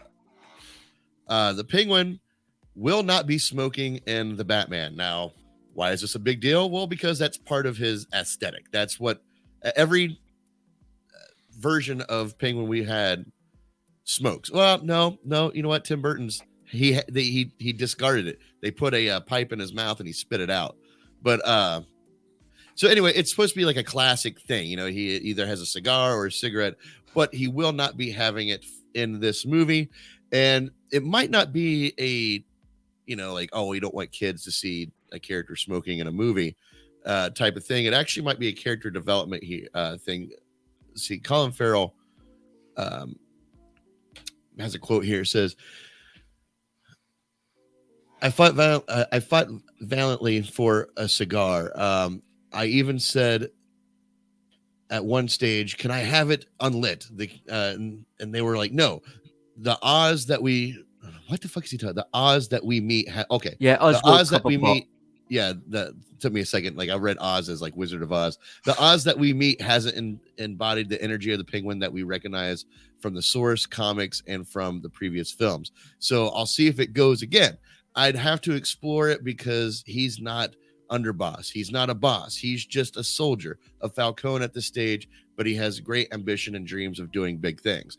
Okay, so now we know he's, you know, just kind of like a henchman in this movie, but maybe the cigar will come. I don't think it's that big of a deal if he smokes or not, but I could definitely see, you know, why Colin Farrell like went for it. But, you know, probably when it becomes a big boss, that's when that cigar is probably going to show up. He, Colin Farrell, I think yesterday talked about the Penguin show just a little bit, and like the highlight of it is that he said they're looking to make it TVMA or like R-rated. So, really, yeah, I'm just throwing that out there. Just an interesting detail. Huh. That would be good. I would like that. I like Colin Farrell as well. I think he's cool, man. He'd probably get away with it. Like, it's so weird to me that Warner Brothers is going this like darker R route after all the fuss they went through with with the Snyder stuff. I can't logic, is there? There's no logic put the pieces between together. any of them. Yeah, it's still amazing to me how Warner Brothers is still completely discounting the Snyderverse pretty much. I mean, they just did a whole promotional series of posters. They redid posters of every DC movie to make it look like the Batman.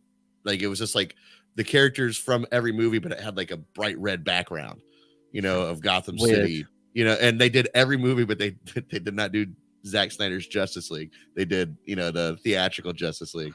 And it's like, God, Warner Brothers, man, what are you doing? Yeah, they're just morons. They're fucking morons. I'm sorry. They are, man. They are morons. So I kind of jumped ahead there. I didn't mean to. The moron brothers. That's what I'm going to call them from now on. The moron brothers. Yeah. Switch that W and just put it upside down. Moron brothers.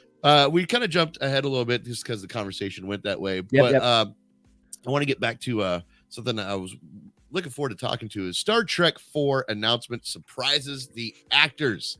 So I didn't know anything about this so far away. Well, they made an announcement that Star Trek 4 is in pre-production, and J.J. Abrams wants to start filming by the end of this year.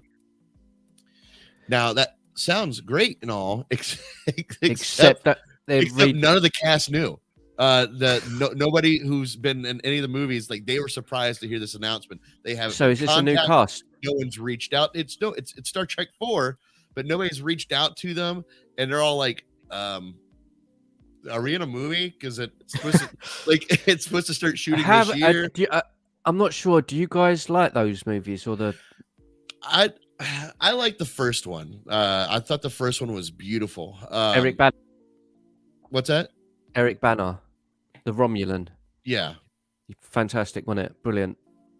The 2009. Yeah. Yeah, fantastic. Really, really like that movie. Yeah, I thought that movie was just wonderful, and because I'm a Star Trek fan, like I love the old TV series. And that's what I mean. Yeah. I just love how the reboot of it really just embodied that original TV series. I love that concept. It was brilliant. Yeah. But one thing that really pissed me off about the series is they worked so hard and so creatively to recreate that world and tell new stories. I mean, the whole basis of that first movie was they started a new timeline where they could tell all new adventures. And what do they do? What's the first thing they do? Their sequel, they remake one of the past sequels. Khan. Yeah, they remake Rafa Khan. I was so few. The thing is, I love Benedict Cumberbatch. I love the idea of having Khan in it, but it was literally a cardboard rip-off of the other one. Yeah. And it was so ridiculous. I mean, I like it because I liked that cast because of the first movie. But the first movie on its own is just incredible. It's such, and the way they used, again, this is me being nerdy, the way they used the theme song from the TV series and just changed it up a bit, like remixed the original theme tune was, oh my God, incredible.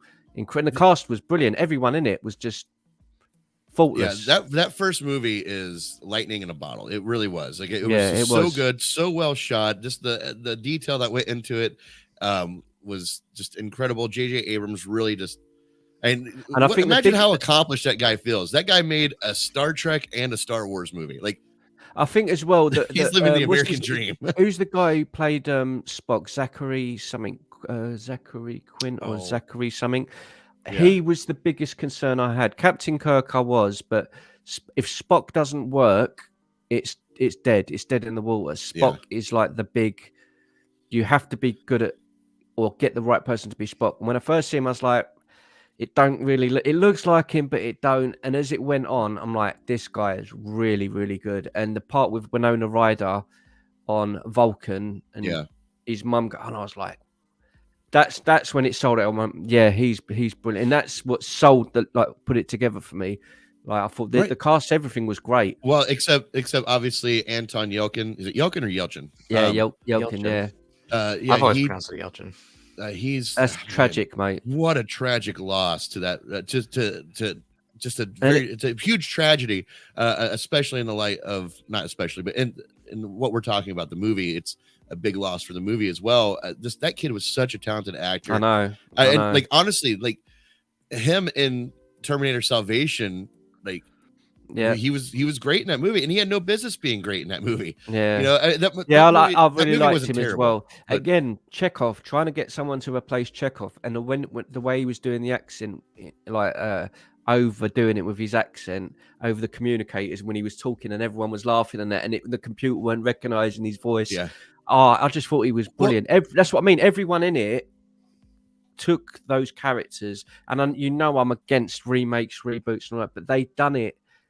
That was it. That was the one. That was, like you said, the lightning in a bottle. That was the 1 in a million that got it right to me. That captured it. It's like, yes, we've got it. Took it in a new direction. It's not the same, but we've got it right. And yeah, it is a tragic loss because you can't have someone else come in and replace. You just got to have another character in it.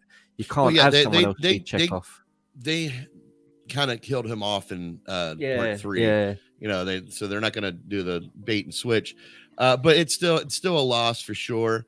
But a funny story with his accent is his grandparents are German, and so like that's how he knew how to do that accent so well. But he purposefully, he's like, I don't know if it was extras from the film or whatever, but I remember seeing an interview with him, and he was talking about how he would stutter over himself on purpose because that's what his grandparents would do when they were trying to speak English. You know, like so he took elements of his actual life and put them in that character. That was the thing I was trying to remember when he was on the communicator. He was trying to put in a code or something, and he was trying to say Victor, and he was going Victor, Victor, and he couldn't say it. Victor, and he just couldn't get it right, and that's what made him. That's again instantly. I was like, he's great as Chekhov. He's brilliant. Well, that's a problem that we have here in the States with Spanish. Spanish speaking people have trouble with B's and V's because B and V is nearly the same. So B and V. Anyway, that's neither here nor there. I even loved what's his name as well, who was in The Boys, who played Doc. I forgot his name now. Oh yeah, dude, that guy, Doc. The chameleon of an actor who has been in every movie I've seen, and I had no idea. You know that guy. What's his name? Carl Urban. Yeah, Carl, you go. goodness, who you're I love talking him about. as Bones because Bones in the original is one of my favorite characters because the arguments him and My Spock wife took have- the whole planet in the divorce. Yeah. Him and Spock always argue in the originals, and that's one of the things I loved about this one. That's the one character I relate to the most is probably Bones because he's so grumpy, he's so moody all the time, and it's just like I watch him and I'm like, yeah, that's what I would say. It's like, yeah, why don't you just get a thing and just jump off a building? That's it. Just end it. The future of the franchise is we don't know what it is because the actors don't even know if they're going to be a part of it, but they're making it. So there you go. What a weird thing. Seth and I were talking about this. I think it was backstage before we started, where we were just kind of saying this doesn't look good, like for the movie. Like it doesn't look well planned out at all already. Yeah, no, it's like, already the first a red announcement. flag. Red flag on the very first announcement. It's like, okay. Yeah. So Yeah, Chris Pine or- and all that are or- like, oh, I don't know what's going on. Yeah, that's not good. That's not a good look at all. Or maybe we're all just fools and like everybody's just doing the Andrew Garfield, lying to everybody. Oh, we didn't. I'm not. Maybe they I don't do what you're know. talking about. Like I don't believe people anymore. All actors are liars to me now. As long as they get my everyone, trust is obviously, broken. the person of Anton, obviously he can't. But as long as everyone else is back, I'd be up for it. If it's half the crew and then different people, I'll be like, nah. If it's everyone, then I'll be like, yeah, wicked, great. Well, another theory is I don't know how well this theory could work, but there was a project that what's his name? Tarantino. Thank you, That one? Quentin. I couldn't think of his name. Thank you for reading my mind. Quentin Tarantino was wanting to do a rated R version of this movie or of this That franchise would be from this franchise. Like so he wanted it to be bizarre. this franchise, but he wanted it to be a rated R movie, and it was something that picked up steam. People were like really interested in it, but he didn't want to direct it or anything. He just wanted to pitch it. So maybe they're going that route. I don't know. It'd be weird. It would be weird to do that with this cast. Yeah. I could definitely see that being like a side movie. I'd be up for it. If again, I wouldn't want reboots and stuff like that. But if he was to do an alternate thing and just do his one-off, it's just a one-off Star Trek movie, a Tarantino one, I would back that because that would be off the wall. That would be just crazy. It would just be bonkers. Like it'd have great dialogue. It'd be extremely violent, and it would be a good movie. But it wouldn't be this Star Trek. That would just be too weird. Yeah, no, I agree. Maybe for a spinoff, I would see that. All right, so moving forward here, let me make sure I got it up. I might have to. Well, no, I won't. Have you got? Sorry, I asked you, Seth. Didn't I? You have got Peacemaker on here, yeah. Yeah. And what about the Texas Chainsaw? I got it on here too. Yeah. Good man. Believe it or not, I loved it. I know you didn't, but I loved it. I know. I told everybody at the beginning of the show before you jumped in. I'm like, surprisingly, Ramon actually. Can we please jump on it now? Because I'm excited or not? Let's hold off for like 15 more minutes here. Bitch. So the Rust shooting victim's husband speaks out against Alec Baldwin. Now, this is the first time we've heard from the family of the victim. I can't remember her name right now. Helena. But anyway, he has come out and said pretty much that Alec Baldwin is full of crap. He says, somebody needs to be accountable for what happened, and everyone's just pointing fingers at everybody else. And he's looking at Alec Baldwin specifically, not because he pulled the trigger per se, but because he's not holding himself accountable at all as the shooter or the producer of the movie. He's trying to blame it on, the armory chick, and anybody. And if she wasn't there, he would try to pass the buck on to somebody else, and Alec Baldwin is going forward already. He's shooting a new movie right now. Like he's just moving on. That's a bit weird. It is weird. But I mean, but you also have to consider like he was probably already scheduled to do this, Yeah, but it's still a bit flipping weird when this has happened. Yeah, I would sit back and be like, you know what, guys, I know I need a bit of a break here. Yeah. I need a bit of a time out. Crisis going on right now. Yeah. I might go to jail for murdering somebody involuntarily, That's a bit involuntary weird. manslaughter. But yeah, the husband has come out and he's just seeking to hold accountable the people that were responsible for Helena's death, which was totally preventable. That's what he said. And he is absolutely correct. Again, there is no reason why this should have happened. How long have we been making movies? Why did they put a live round? I mean, even The Crow was a mistake. The Crow didn't have a live round. It was just like a perfect storm just to make that lodged casing fly out. That's how it happened in The Crow. It wasn't like a live round or anything. This was an actual bullet put into the gun. That somebody has to be held accountable for this. And that's all the husband's saying. And he's looking at Alec Baldwin like, cool. Well, all I've heard from you is what you didn't do. Oh, I didn't even pull a trigger. It's all rather strange, isn't it? Yeah, it is. I thought it was really strange. So with this, I thought it was really strange when Alec Baldwin came out and did that interview so soon. Remember that live interview he did? That was a very strange move to me. That was like, public relations move right there. Like, okay, well, here's what I need to say to get the heat off me. I'm going to do this interview creepily early, earlier than I should. And I'm just going to deny. I'm going to fake cry, which he did. He didn't shed a single tear. He just dry cried, oh, so sad. It doesn't feel genuine. No, there's almost like a privilege with this. Like, and this is all speculation, but what I'm seeing here is rich actor knowing that he can get away with it because he's a rich actor. That's how he's treating it. Oh, well, I mean, I didn't pull the trigger. The gun just went off. Yeah, it sucks that she died, but I didn't pull the trigger. No, it's not, the armor. That's who you should be looking at. They're the ones that put that bullet in that gun, not my company that is producing this movie. We had nothing to do with it. It has to do with that one armorer who has no track record of being irresponsible at all. It's totally her. With all of this now, like I haven't been following like this as much since we last spoke about it. But will this be doing a thing where it goes to court? Is there going to be a court case? What's there? Well, yeah, because there has been, and this is something that we probably would have talked about last week. There has been files charged against the production company, the producer of the movie, which was Alec Baldwin's production company. Right. Okay. So yes, charges have been filed.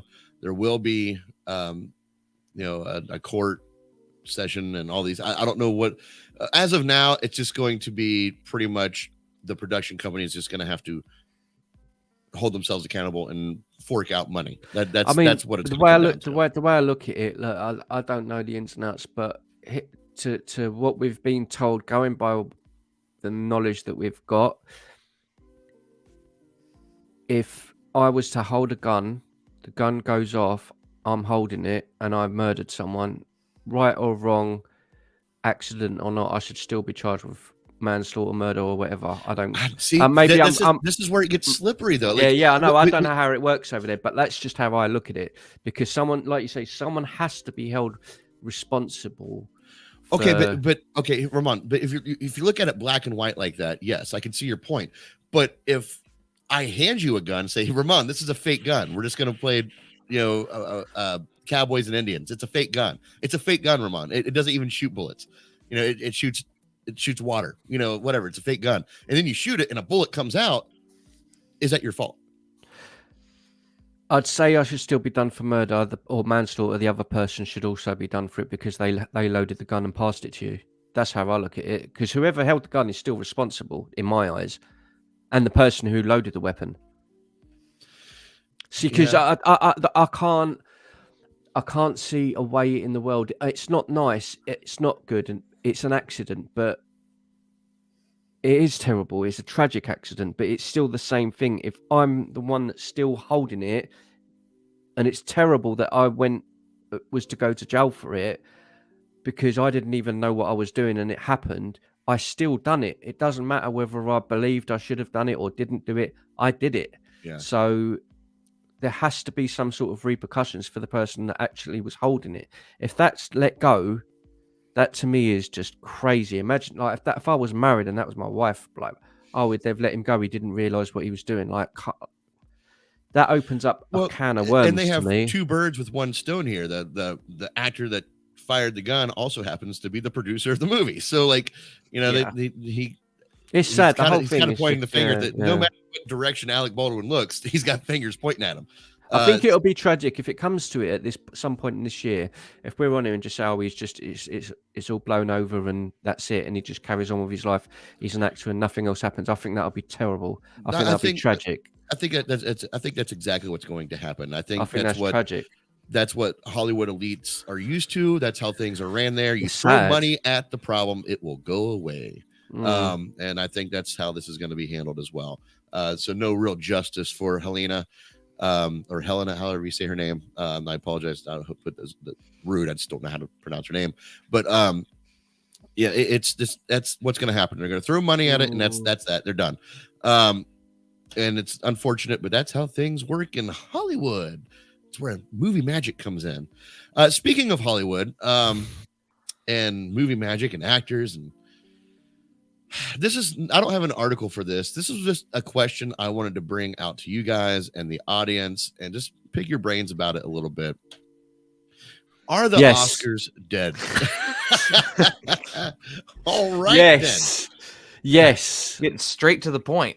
Yeah, I've slightly mentioned this earlier, and Aaron White, Oscars are basically dead. Yes. Yeah, do we even need them anymore? Why do you think they're dead? What happened? Because the Oscars COVID hit, and then they just that was it.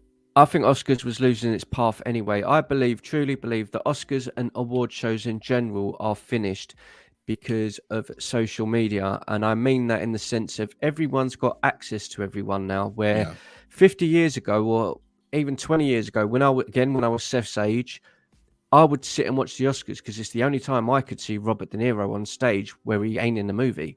Right, it's the only time I could see Al Pacino walk out and be like, "Wow, that's Al Pacino, that cool dude in the movies." I want to see what he's. I want to see what he's really like. How does he talk? Is he funny?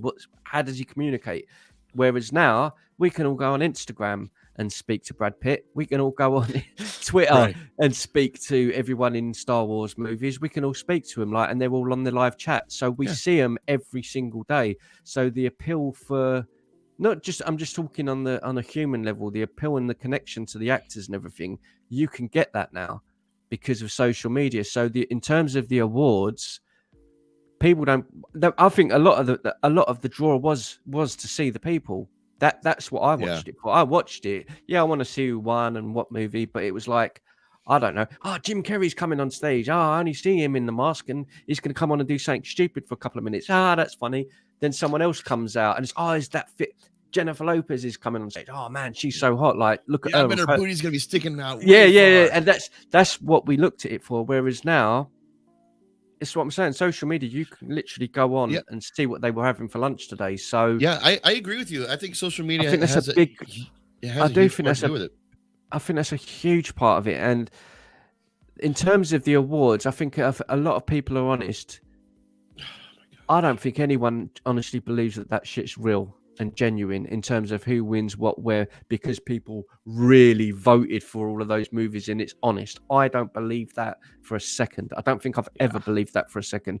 Sometimes, there is great movies. There's great movies, the Oscars, the Forrest Gumps and, you want The Green Mile, and there's certain movies that come out and you go, yeah. Caprio got an Oscar for The Revenant. There's no way in hell that's his Oscar. He was in Titanic, bruv. That film, he was incredible. Like, regardless of what you think of him, he was incredible in that movie. He didn't get nothing. He didn't even get a look in. The Revenant comes out and he gets an Oscar. And I'm like, I don't trust the Oscars. I think they just gave him an Oscar just on principle. That's the problem. That's the problem. That is a problem. And I think that's something that the reason... much like you said with the social media and everything, a huge part to do with it. You're absolutely correct. I agree with you. Another aspect is now we live in a world where we can hold these people accountable and we start questioning more than we did before. Like, who's voting for these things and why are they voting for them? What plays into who wins? Why do people win? Did that person, donate to the Oscar campaign, and that's why they won best actor or Yeah. best producer or whatever. When you start falling into the politics of it, and you start realizing that this whole thing's a fucking sham, you're like, okay, you know what? What was the big don't need films you. we watched last year? What was the big movies we watched last year? And we got like cinema wise was like probably June was like the big like sci-fi type of movie. But what would we say would be, Well, like No Way Home would be the big one. I mean, there were a bunch of movies last year. You got No Way Home. You got No Time to Die, which people really liked. Yeah.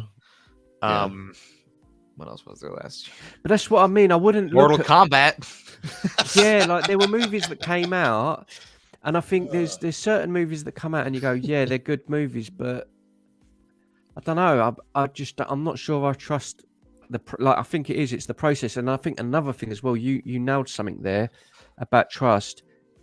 Every person that comes out now doesn't just win an award. They come out and speak about their political beliefs. And I think people are sick to death of it. That's another big part of it, because whoever comes out and gets an award, they go, I've got this award and I think we need to do better because of what's happening in Iceland. And then the next person comes out, I think what we see in Florida the other day with that fire that blew out. And I'm like, dude, what does this world need for the turmoil that's going on overseas right now? Let's get every celebrity to sing Imagine from their mansions, like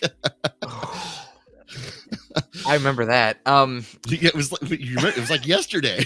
Because Oscars used to be such a glamorous thing. It used to be like I would never miss it when I was growing up because it was so cool to see all of these famous people. But now that is just, the thing is, I think I went on this rant. I'll shorten it a lot, but I have another thing to point out. It's kind of funny.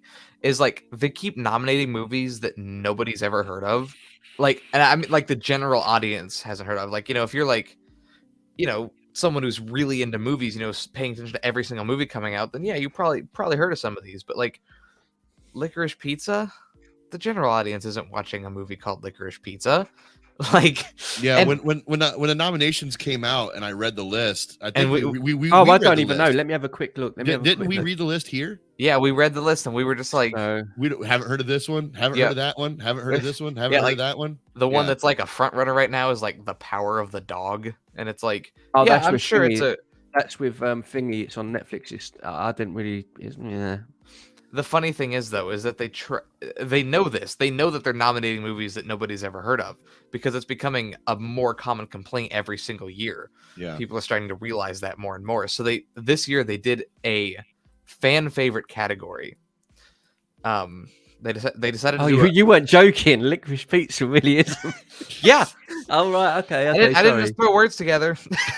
They decided to do a fan favorite category. They won't be handing out an Oscar for it, but you go on Twitter. You name is that a what movie. Zack Snyder's campaigning for right now? Yep. Okay. You go on Twitter. You name a movie. You do like a hashtag, like hashtag fan favorite Oscars or something like that, and whatever gets the most support wins. And obviously, this seems like a thing to just get No Way Home another award. You know what's in the lead right now? Isn't it? It's something ridiculous. It's like Cinderella or something like that. Amazon's Cinderella. Yeah. And everybody's like, "What? Like what about No Way Home?" Well, that's because people who work for Amazon Cinderella have hired somebody who created bots that are going out and putting out these hashtags. You know what's even funnier? You know what's following right behind Cinderella? Even the fan pick is being rigged. You know what's following right behind Cinderella and even past it at one point? What? Yeah, Army of the Dead. It's because of Zack Snyder, man. What did you just say? Army of nominated. It's because they're doing a fan favorite category, and whatever gets the most votes wins. And Army of the Dead, because people tried to do Zack Snyder's Justice League, but the Academy is considering that like a director's cut of a movie, so it's ineligible for any awards. Yeah, so they're just voting that. So they just moved to Army of the Dead. Yeah. All the Zack Snyder fans just moved over to that. See this? Okay, I'm gonna go on a rant here, and I might lose subscribers, but who gives a fuck? I've lost 4 this week anyway, so fuck y'all. Listen, don't do that. No, don't do that. Show respect to people and don't disrespect people. Look, at the end of the day, we're on YouTube. No, we're on YouTube to grow fan bases and be loyal and to the subscribers and everything. I was actually going to go on the thing and go up yours and that, but I'm not going to because this isn't my channel, so I can't do that. And I suggest you play nice. So fuck that. Listen, I'm just gonna put it this way. I love Zack Snyder's Justice League. I love that whole concept of it, but I just cannot get behind this fandom that is behind Zack Snyder. Everything he does is just glorified. It's a cult, and like I just like Army of the Dead. It's an okay movie. It's fucking awful. But these people are only picking Army it for of the the fan Dead choice is one- because Zack Snyder told Army them of to. the Dead. Army of the Dead is the worst movie of last year.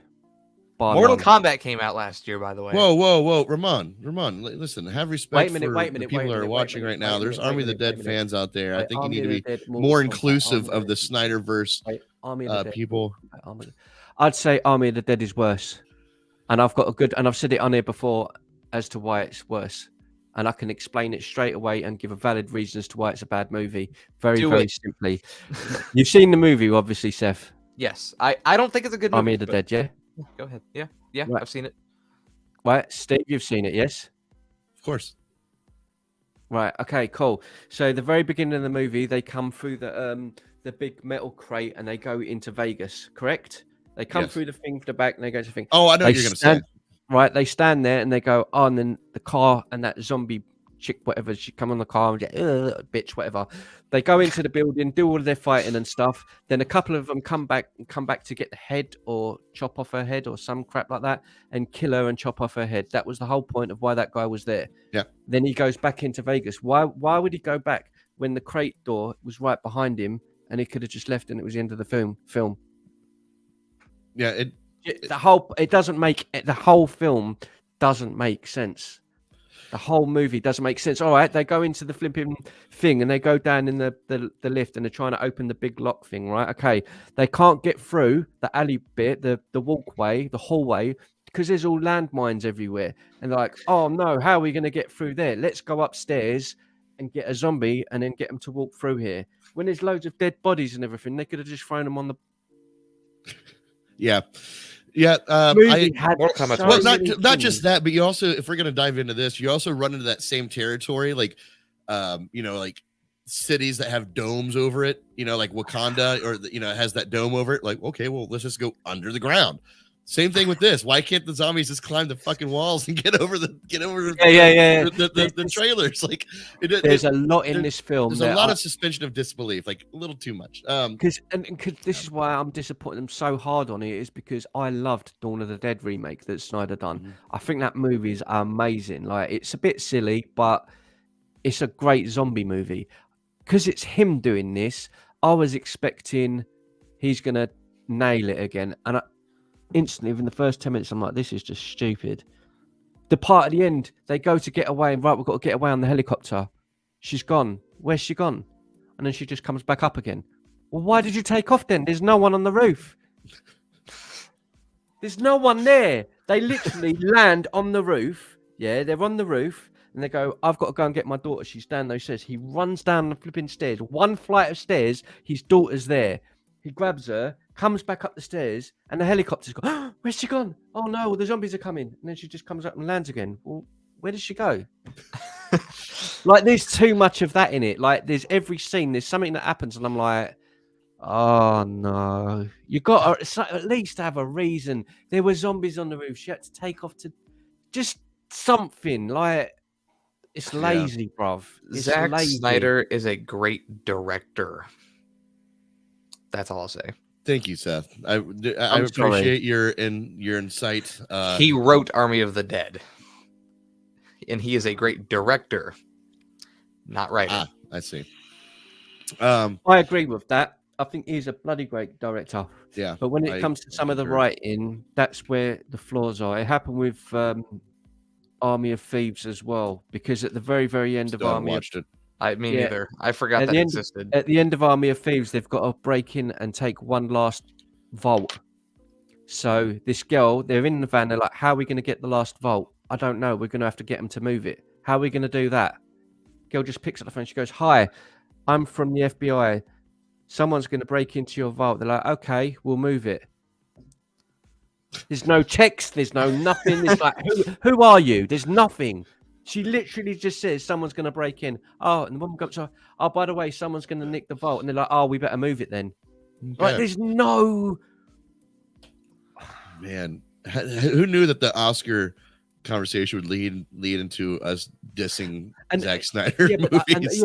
Even though I love Zack Snyder, I'm that's so the hardest thing. Yeah, that's the hardest thing. It's the hardest thing to say that because I love Zack Snyder, so it's Yeah. hard for me to even say that because I love his work, and it's like you must have known when you was like watching that back in the screener that that's just stupid. Yeah. Like, well, my whole point was like talking about the fans. Like when I go on Twitter and I post, hey, I'm doing a live stream, or hey, here's something funny I saw. I get no reactions, no nothing. I post something like hashtag Zack Snyder something, and it gets shared and liked and all this stuff. Like again, I've wanted to reboot my entire Twitter just because everybody that I was on like was just when I was wrapped up in that Zack Snyder, hashtag release the Snyder Cut stuff. yeah. So everybody that was attached to my page is part of that cult, if you will.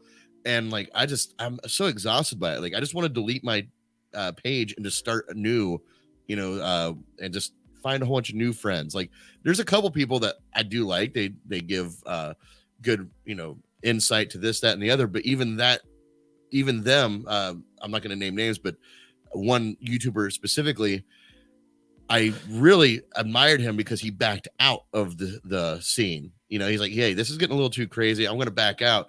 But then he got a little bit of attention, and then he went. Every post he makes is about Zack Snyder now. Every single one, and it's like, come on, man. I think it's difficult as well. It's because as fans of it, like we've been hardcore fanboys of the Snyderverse stuff, and it's very, very difficult when I think it was like February or was it March last year was it March the 9th that the Snyder Cut come out? I think it was like February or March, and that came out and we just watched it, and we're all just blown away by it. Like this is so good. And 6 weeks later, Army of the Dead come out. I'm like, wow, like I'm getting more from Snyder. I'm like, this is heaven. Like this is going to be amazing to see the work of the Snyder movie of Justice League, and then to watch Army of the Dead. I was like, it's like, whoa, like the levels are just so contrasting. This does not need to be a cinematic universe either. No, that's the thing. Like, that's such a weird concept for this universe. Like, sure, do a sequel or a spinoff, but they're looking at like doing a whole universe. Like, what is there to do? Yeah, well, I mean, there's a lot to do, but they Army of the Walking Dead. Well, they really went a weird way for their next movie to be a prequel about the guy that breaks into safes. Like, no, can we just explore what that alien shit was? Why were the zombies' eyes glowing blue? Let's dive into that. Like for Rebel Moon to tie directly into Army of the Dead. Yeah, like I never once watched that movie and said, man, you know what we should really dive deeper into?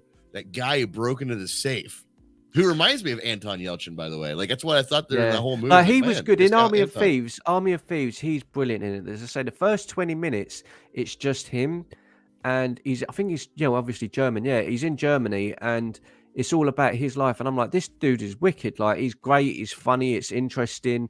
He doesn't have a lot going for him, and he wants to gain something in life. And I'm like, right, this guy's cool. And then everyone, like the other people, turn up in it, and it just turns to just like it started again. It started so well, but yeah, like Seth said, a whole universe was not needed. I don't think. And if it did, it should have just been an out-and-out zombie thing. It should have just been horror zombies, monsters. Give us what we want. Keep it simple.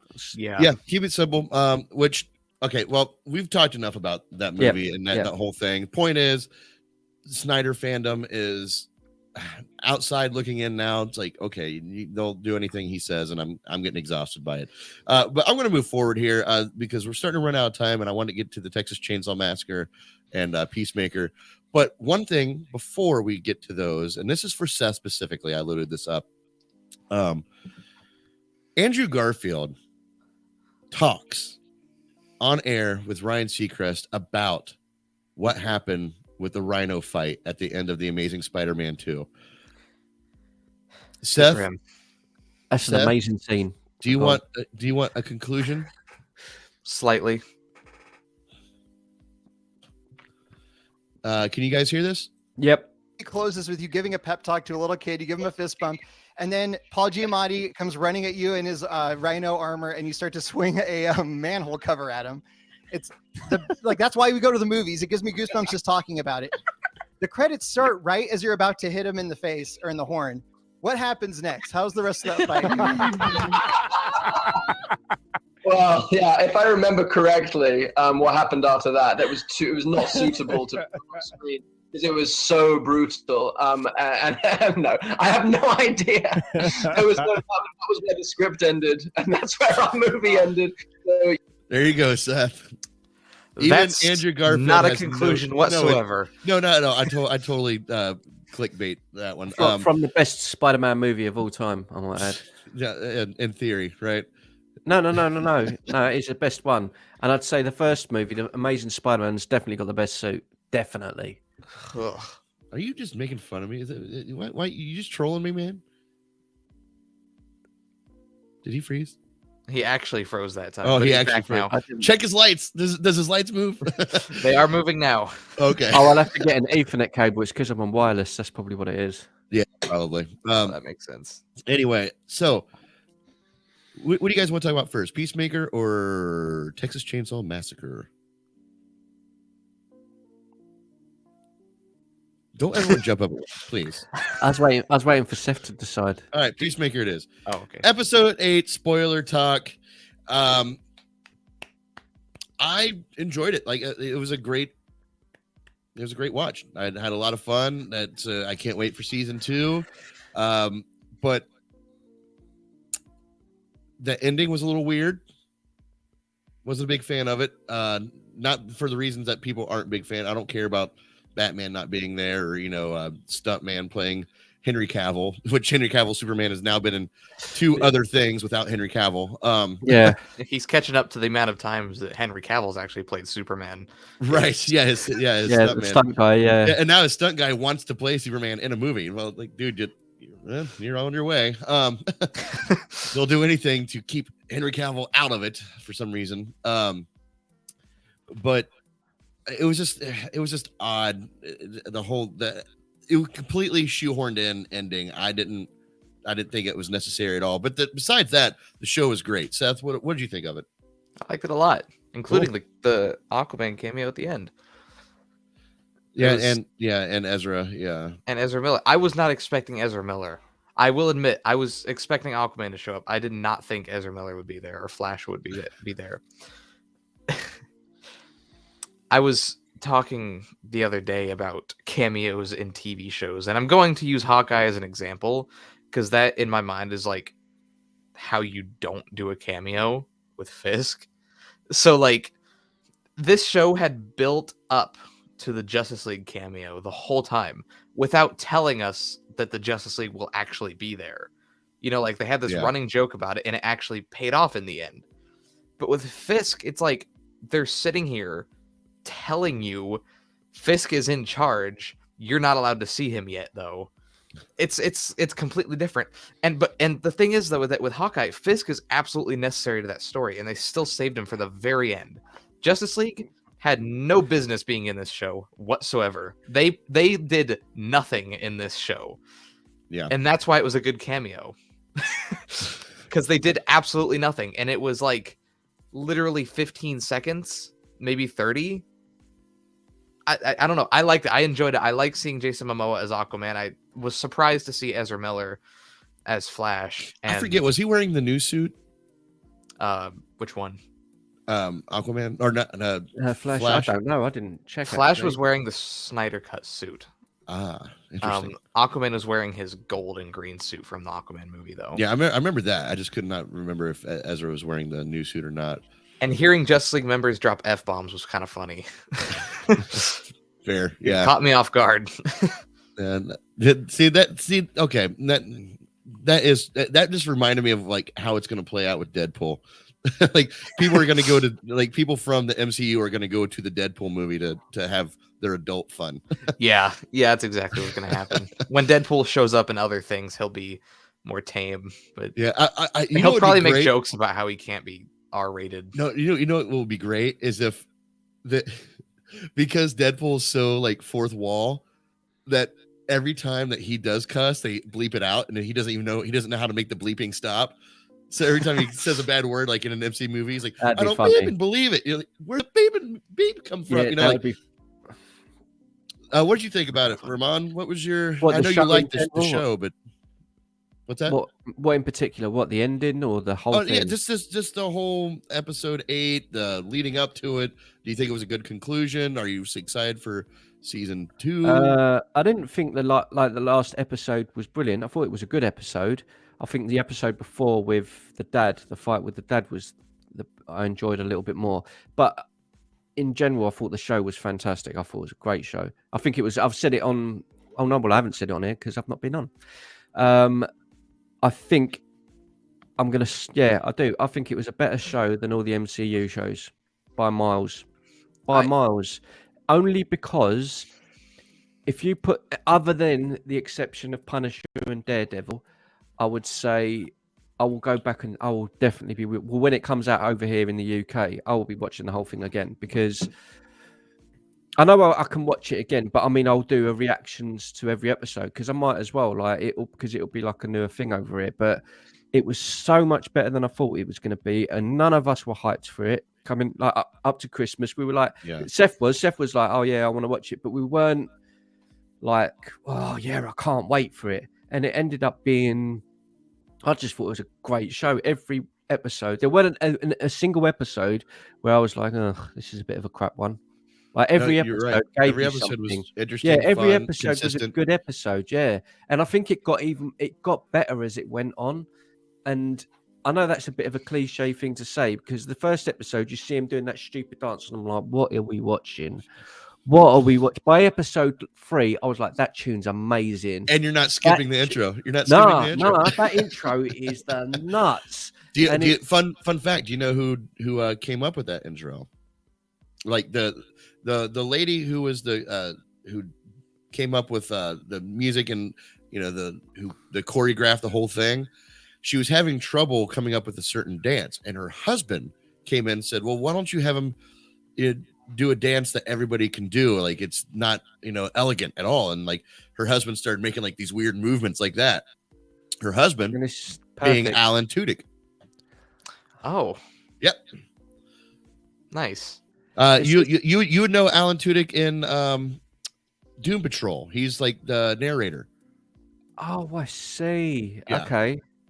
Yeah, I think it's very similar to me as the with Doom Patrol. It's very like off the wall and it doesn't really follow traditional storytelling in terms of what we go with Marvel. Here's a beginning, middle, end kind of thing. It's very like you see with Vigilante, like it's so off the wall.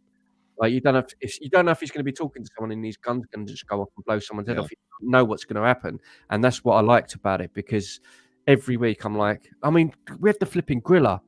Like, what the heck was that about? Like, there was a fight, and then all of a sudden we got a silverback Griller. I'm like, okay, all right then. Then his dad's this Nazi dude, and then he's just going to blow his head off. Okay. Yeah.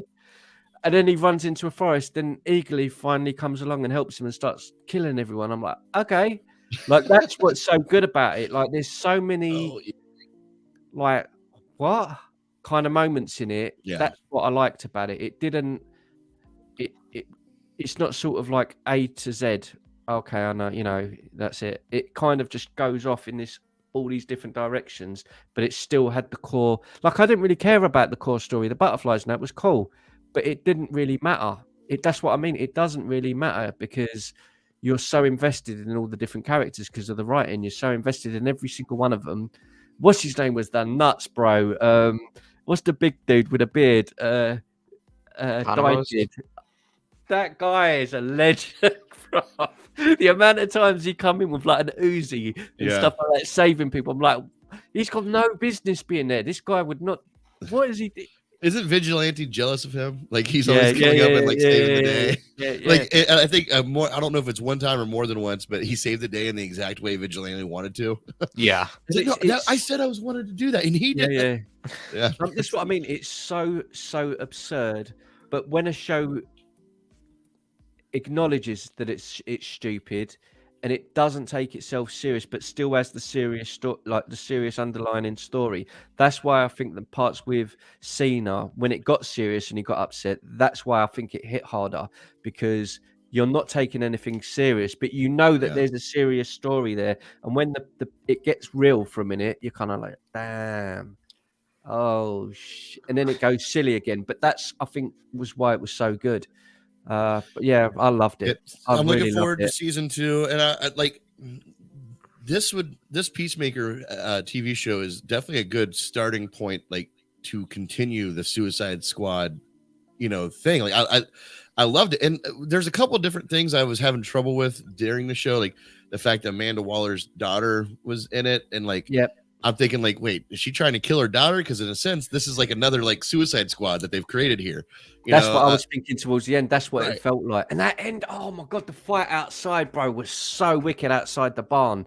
That fight with heads getting blown off and all this. And I'm like, this is just crazy. Like, I loved it. It's and the other thing that I liked as well is I weren't sure if they were all going to make it, because I felt that whole thing with the Suicide Squad. I'm thinking some of these are going to die. I'm going to be gutted if I was thinking when they were all getting shot, I'm like, what if they all die except for Peacemaker? Like, I was like, nah, I don't want that to happen. But if imagine that? It would like, could you imagine like Peacemaker? Could you imagine him like walking back up after killing the cow or something? Or he walks back up and sees like everybody dead. And then the Justice League shows up. And then the Justice League shows up. He'd probably shoot Aquaman in the head. Like, but it would have made it. It would have still made it. It would have been okay. It wouldn't have been. I would have been disappointed because I didn't want him to die. But at the same time, it would have been like, damn. You'd have been like, what a show! Like we've got all those characters built up. Now they're all gone, and you're like, and you're left with like, damn. But that's all. But that's to me, that's a good thing because it would have ended on a high. But I'm not going to say no to more, and I don't really care what the story will be. It could be about a flipping giant grasshopper. I don't care, because you know what I mean. It could be a giant grasshopper that's invading New York. They're paving the way for that to happen. I mean, the Suicide Squad movie had a giant starfish. This one had a giant whatever that was thing, a giant caterpillar. I don't know what the fuck that thing was. So there you go. There's Peacemaker. Good. Yes, Seth. I was gonna say one more thing that I saw pointed out about this is that throughout the entire show, excluding flashbacks, Peacemaker only kills one person. Like everyone else he kills is a butterfly. He kills one person in this whole show, and it's his dad. Like that's a valid observation. I don't know. I just thought it was interesting. No, this whole thing is like killing anybody. Think about that. That's a good observation. I just think it was all done so well, considering how much I hated him in the Suicide Squad. I hated him in it. Like I thought that's what I was saying to you. I weren't sure if I wanted to watch it because there's nothing about this character that makes me want to watch a show, and he turned it around. Do you think if you go back and watch the Suicide Squad that you're gonna like it better because of the show? So. Yeah, I think so. I think I'll look at him a bit differently now. Yeah, you know what? Now I've seen him. Yeah, I do. Yeah, because I want to. Yeah, I do. But yeah, what a surprise! I think honestly, I know it's a bit kiss ass and everything to a show, but I thought it was bloody brilliant because we get so hyped up with movies, so hyped up with TV shows, and it's very rare they kind of live up to the hype. And because we were so like about this, I think it delivered more than any of us thought it would. I think we were just like, I can't wait. Like, do you know what it's so dumb? Yeah, they announce it, say 2023. All I'm excited about is, are they going to have the same intro like as it is? Or are they going to do a newer dance, but keep that? They're going to keep the same song because it's so cool. But are they just going to do it again and do a different kind of dance? They might. I'm excited about that. That's just stupid. Is that an original song for them, or is that a pre-existing song? No, it's I think it's from like the 80s. It is an actual band, like Wigwam or some. They're going to have to do a new intro though. Yeah, like just a newer dance and everything, and keep that theme song. And it's like, but that's just amazing. Like, you don't really get that with. What was the intro for Loki? There you go. Yeah. What was the intro? The only thing I remember saying the intro of WandaVision is they changed it every week, which was cool. They done a different sort of theme, didn't they? Yeah. What But was even the that got Hawkeye- exhausting. What was the Hawkeye intro? They I had don't know. one on the first episode, and it was kind of cool.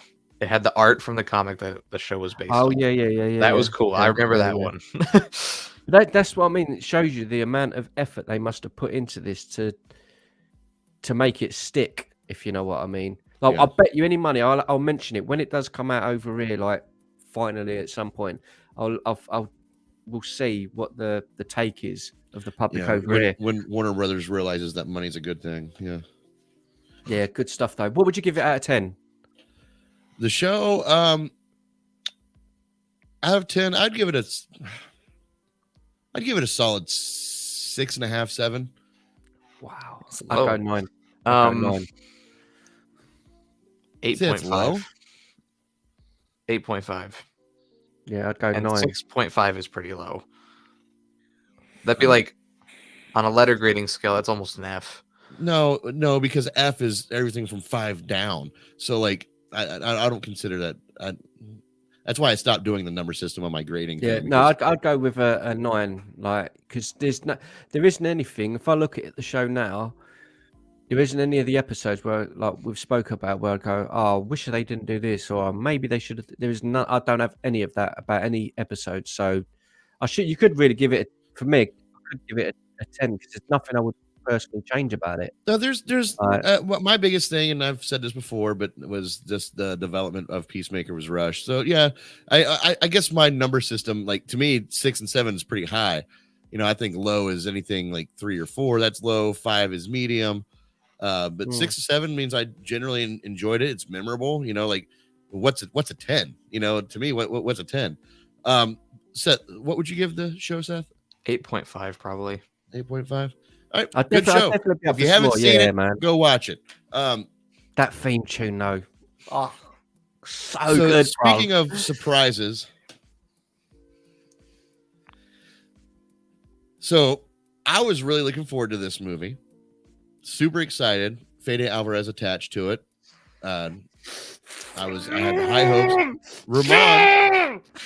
Ramon was not looking forward to this movie. He would, because I love it so much, Ramon and was so it's Ramon was so pissed off about this movie that he got COVID, so he didn't have to watch it.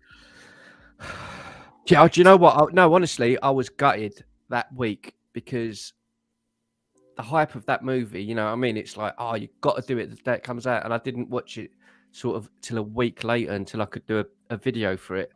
And sorry, you go back to you. I'll go after. Go on. Oh, no, there's nothing. I just, Seth, I forget. You haven't seen this, right? You have no Absolutely interest in not. this movie. Oh, What's your fucking deal? That was being over dramatic on What's that. your I was deal? being overdramatic It's on that. Netflix. You have Absolutely Netflix. not. It's free. Just go to sit on your couch and watch it. I don't want to watch it. Thank you, Ramon.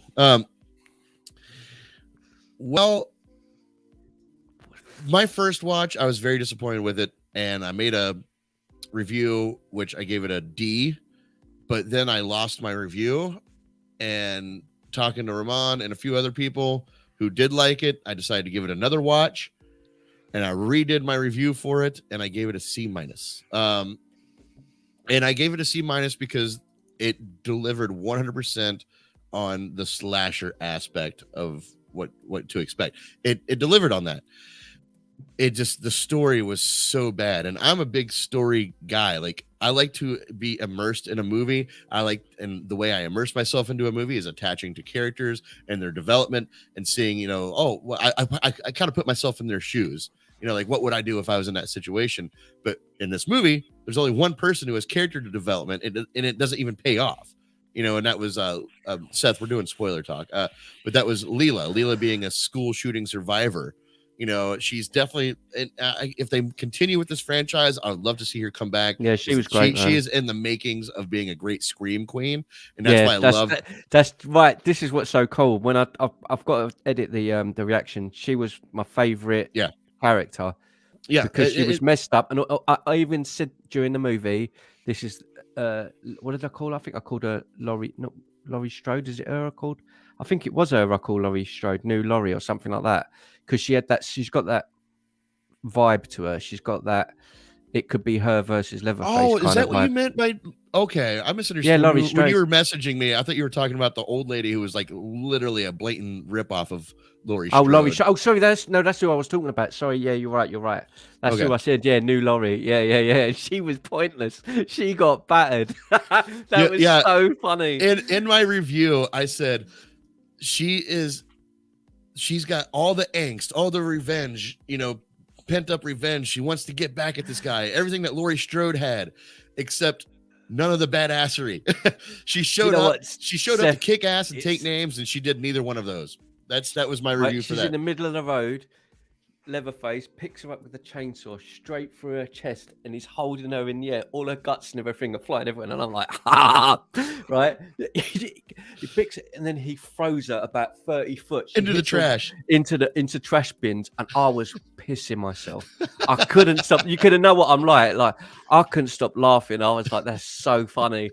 But the best part for me was, at the very beginning of the movie, all the kids turn up and they're at the petrol garage, and then I call her Pennywise the clown, the girl with the black hair, Pennywise with the fuzzy hair, the young girl, yeah. So she goes, there's a dude Leela's there. sister. She goes, yeah, and she goes, oh, look at him who thinks he's a big man because he's got a gun or something like that. I was like, I hope this bitch gets her head chopped off.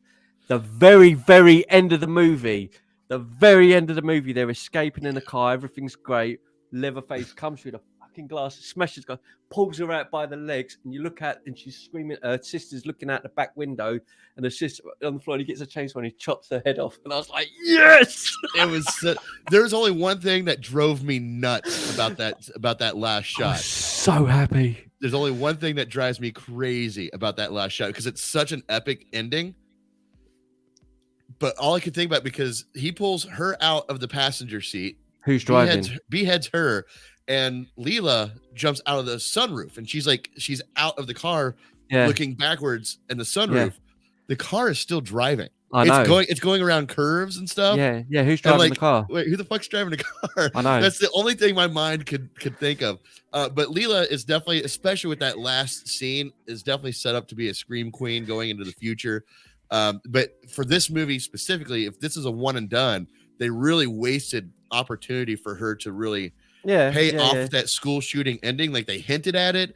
You thought it was going to pay off for her in the end, but what happens? Not once, but twice, she tries to shoot a gun to overcome her fear, and it jams on her. Yeah. Like, she has to run away. It's so fucking ridiculous. There's one thing I've got to say, and you will agree, when we do a watch along of all the movies, I'm going to say this movie had a brilliant story. This story and the character development was brilliant. Now, let me explain. The first movie... What development? There's no development.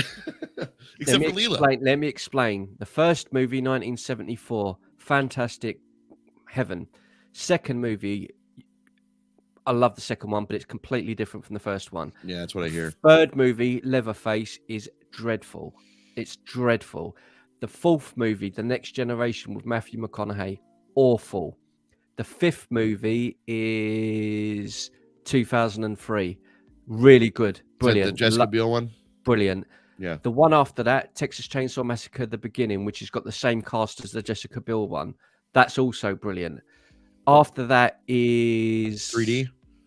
Yeah, 3D. Then it's Leatherface. Didn't 3D try to do this already? Wasn't 3D like supposed to be a direct sequel from the first one? Yeah, I think the worst ones are Leatherface, which is part 3, and the one after that, The Next Generation. They're really bad, and Leatherface that come out later on in, I think that was 2017. That one's not good either. But when I say this one has a really good story, trust me, when we watch those ones, you're just going to go, what is this? Like, you're going to be like, this is so bad. And you're going to come back to this one and go, yeah, right. Man. And that's what I did bring that up in my review. I was saying that people were telling me, and I meant you, but like some of them are, that people were telling me that, in the world of Texas Chainsaw Massacre, like it's not all that great in storytelling. But like the character development in this movie just wasn't there. Like I still like Dante and the other chick. Man, he got owned. Well, but I didn't care about them. Like nothing was I was not invested in any of the characters except for Leela, and even like Dante's wife, the first official, not first. Oh, do you know what I called her fake Margot? Yeah, discount Margot Robbie. Yeah, and I saw I recognized that when I watched it again. I'm like, he's fake right. Margot Robbie. Yeah, I said in the very beginning of the movie, again, as soon as they all showed up at a petrol garage, I went, fake Margot Robbie's going to die first because she hasn't said nothing yet. She's just sitting there doing this in the mirror. She's going to die first. Then Dante's going to die because it's like the token black guy. They always do this in these movies. The one thing as well that I was a bit, I don't know, like I don't think Dante should have died so early because I don't think he was a great character, but he was in it quite a lot at the beginning. I was thinking, oh, he's going to be like one of the main guys. At least he's going to get in a few punches. He don't get nothing. He's just a reflection of Leatherface, and he just gets chopped up. Yep. I was like, I was a bit gutted because, but I loved it, man. Like I loved it because again, I've seen some of the others, and they, there's some of them are really, really bad, really bad. But I haven't, and as somebody who was excited to want to get involved with the franchise, and it just didn't do it for me. And one of the things that I said at the end of my review was, this movie, number one, didn't have to be a sequel. It didn't have to be held in modern times, and it didn't have to be a Texas Chainsaw Massacre movie. You could have put any new horror character in this movie and it would have been the exact same movie. The fact that it was Leatherface had nothing to do with the movie at all. Like why they had questions that they presented questions that they never answered. Why did they move? Why were they not in the house? That was a big thing. Yeah. I think the reason I say it had a good story, right, is because this is the only time we've actually seen a reason for Leatherface to be severely pissed off. Like what happens to his mum is a valid reason for a character to be mad, not to do what he did because he's a psychopath, but it gave a reason for him to be mad at these kids. So I was like, right, cool, they've done something. That's why I was like, this is great because we don't get that in any of the others. You just get like just a lot mindless murder. Yeah, as I mean, I've seen them all quite a lot of times, and I do. If I was to watch them all again, I would say I love the first one, I love the second one. I would skip everything after that until the 2003 one. The one that's after that, which is 2006. So that's 4 movies. And then the 3D one. And then this new one. So there's like 4 of them that I think are just not that good. I mean, I'll watch them. We'll do a watch them and do them all. But you'll see yourself. You'll be like, this is really bad.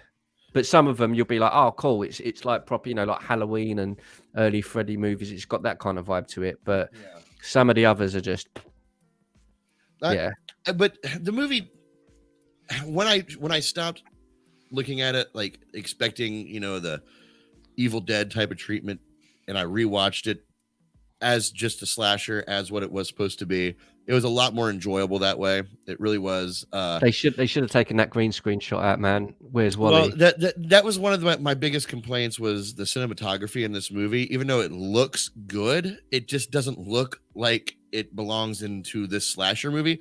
One thing I said in my review is that it reminded me, the whole movie, even like where it's set up at, the way it's shot, the cinematography in the movie, looked like they shot this right next to Ghostbusters Afterlife.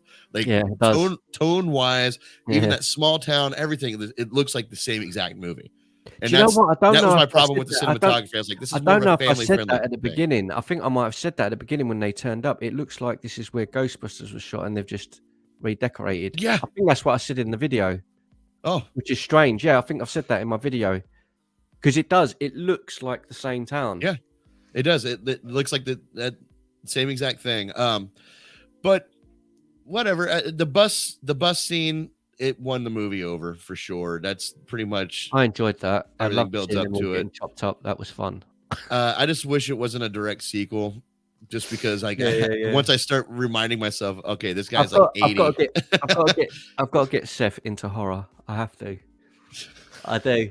Hey, 'Cause my dad's I've been been trying to barking get up me that. into horror I've been for barking like up that tree his my whole whole life. life. You know what? I think can't That's get probably into why it. he doesn't watch it. Is because I've tried to force him into it.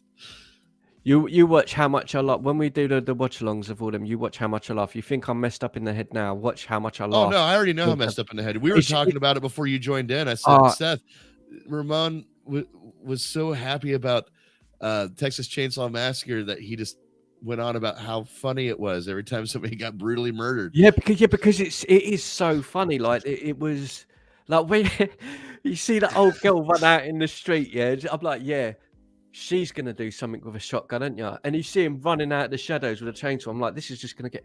And it's just the way he picks up and just dashed her like a bit of rubbish, and she just hits it.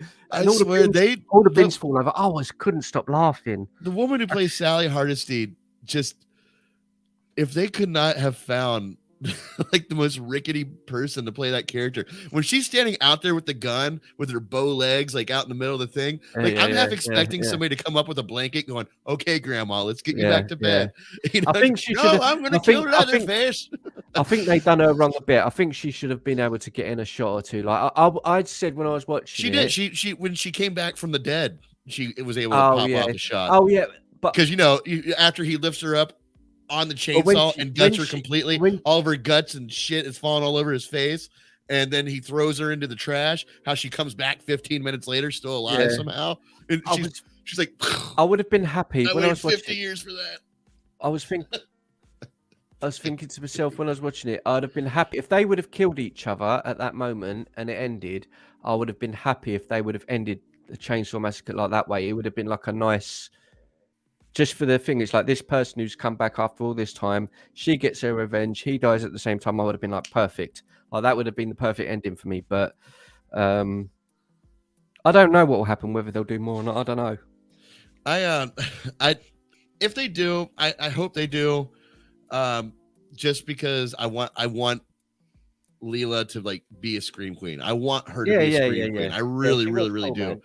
man. With that being said, guys, I'm going to end this broadcast, but I'm going to end it on a different note here, since I'm going to end it with my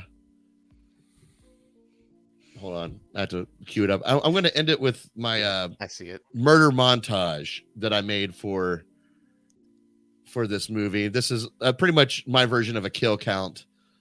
Let me get it queued up here. He's getting it queued up now, is he? Yep. Getting it queued All up. right. All right. With that being said, everybody, please check out Ramon. Thank you for joining me. Hit or Miss TV. The link to his channel is in the description below. If you're looking to find more content from Seth, don't bother. He doesn't do anything. He's allergic to the internet, we have discovered. Love you, son. He's like, yeah, I want to be on Film Triggered. Oh, but I don't like movies. I don't do movies. I'm sorry. I'm just because I'm not watching Texas Chainsaw Massacre. Yeah. When's the last time you watched a movie? Like 3 days ago. What movie? Whiplash. We talked about this Oh, backstage. yeah, that's right. Ah, We any did. good?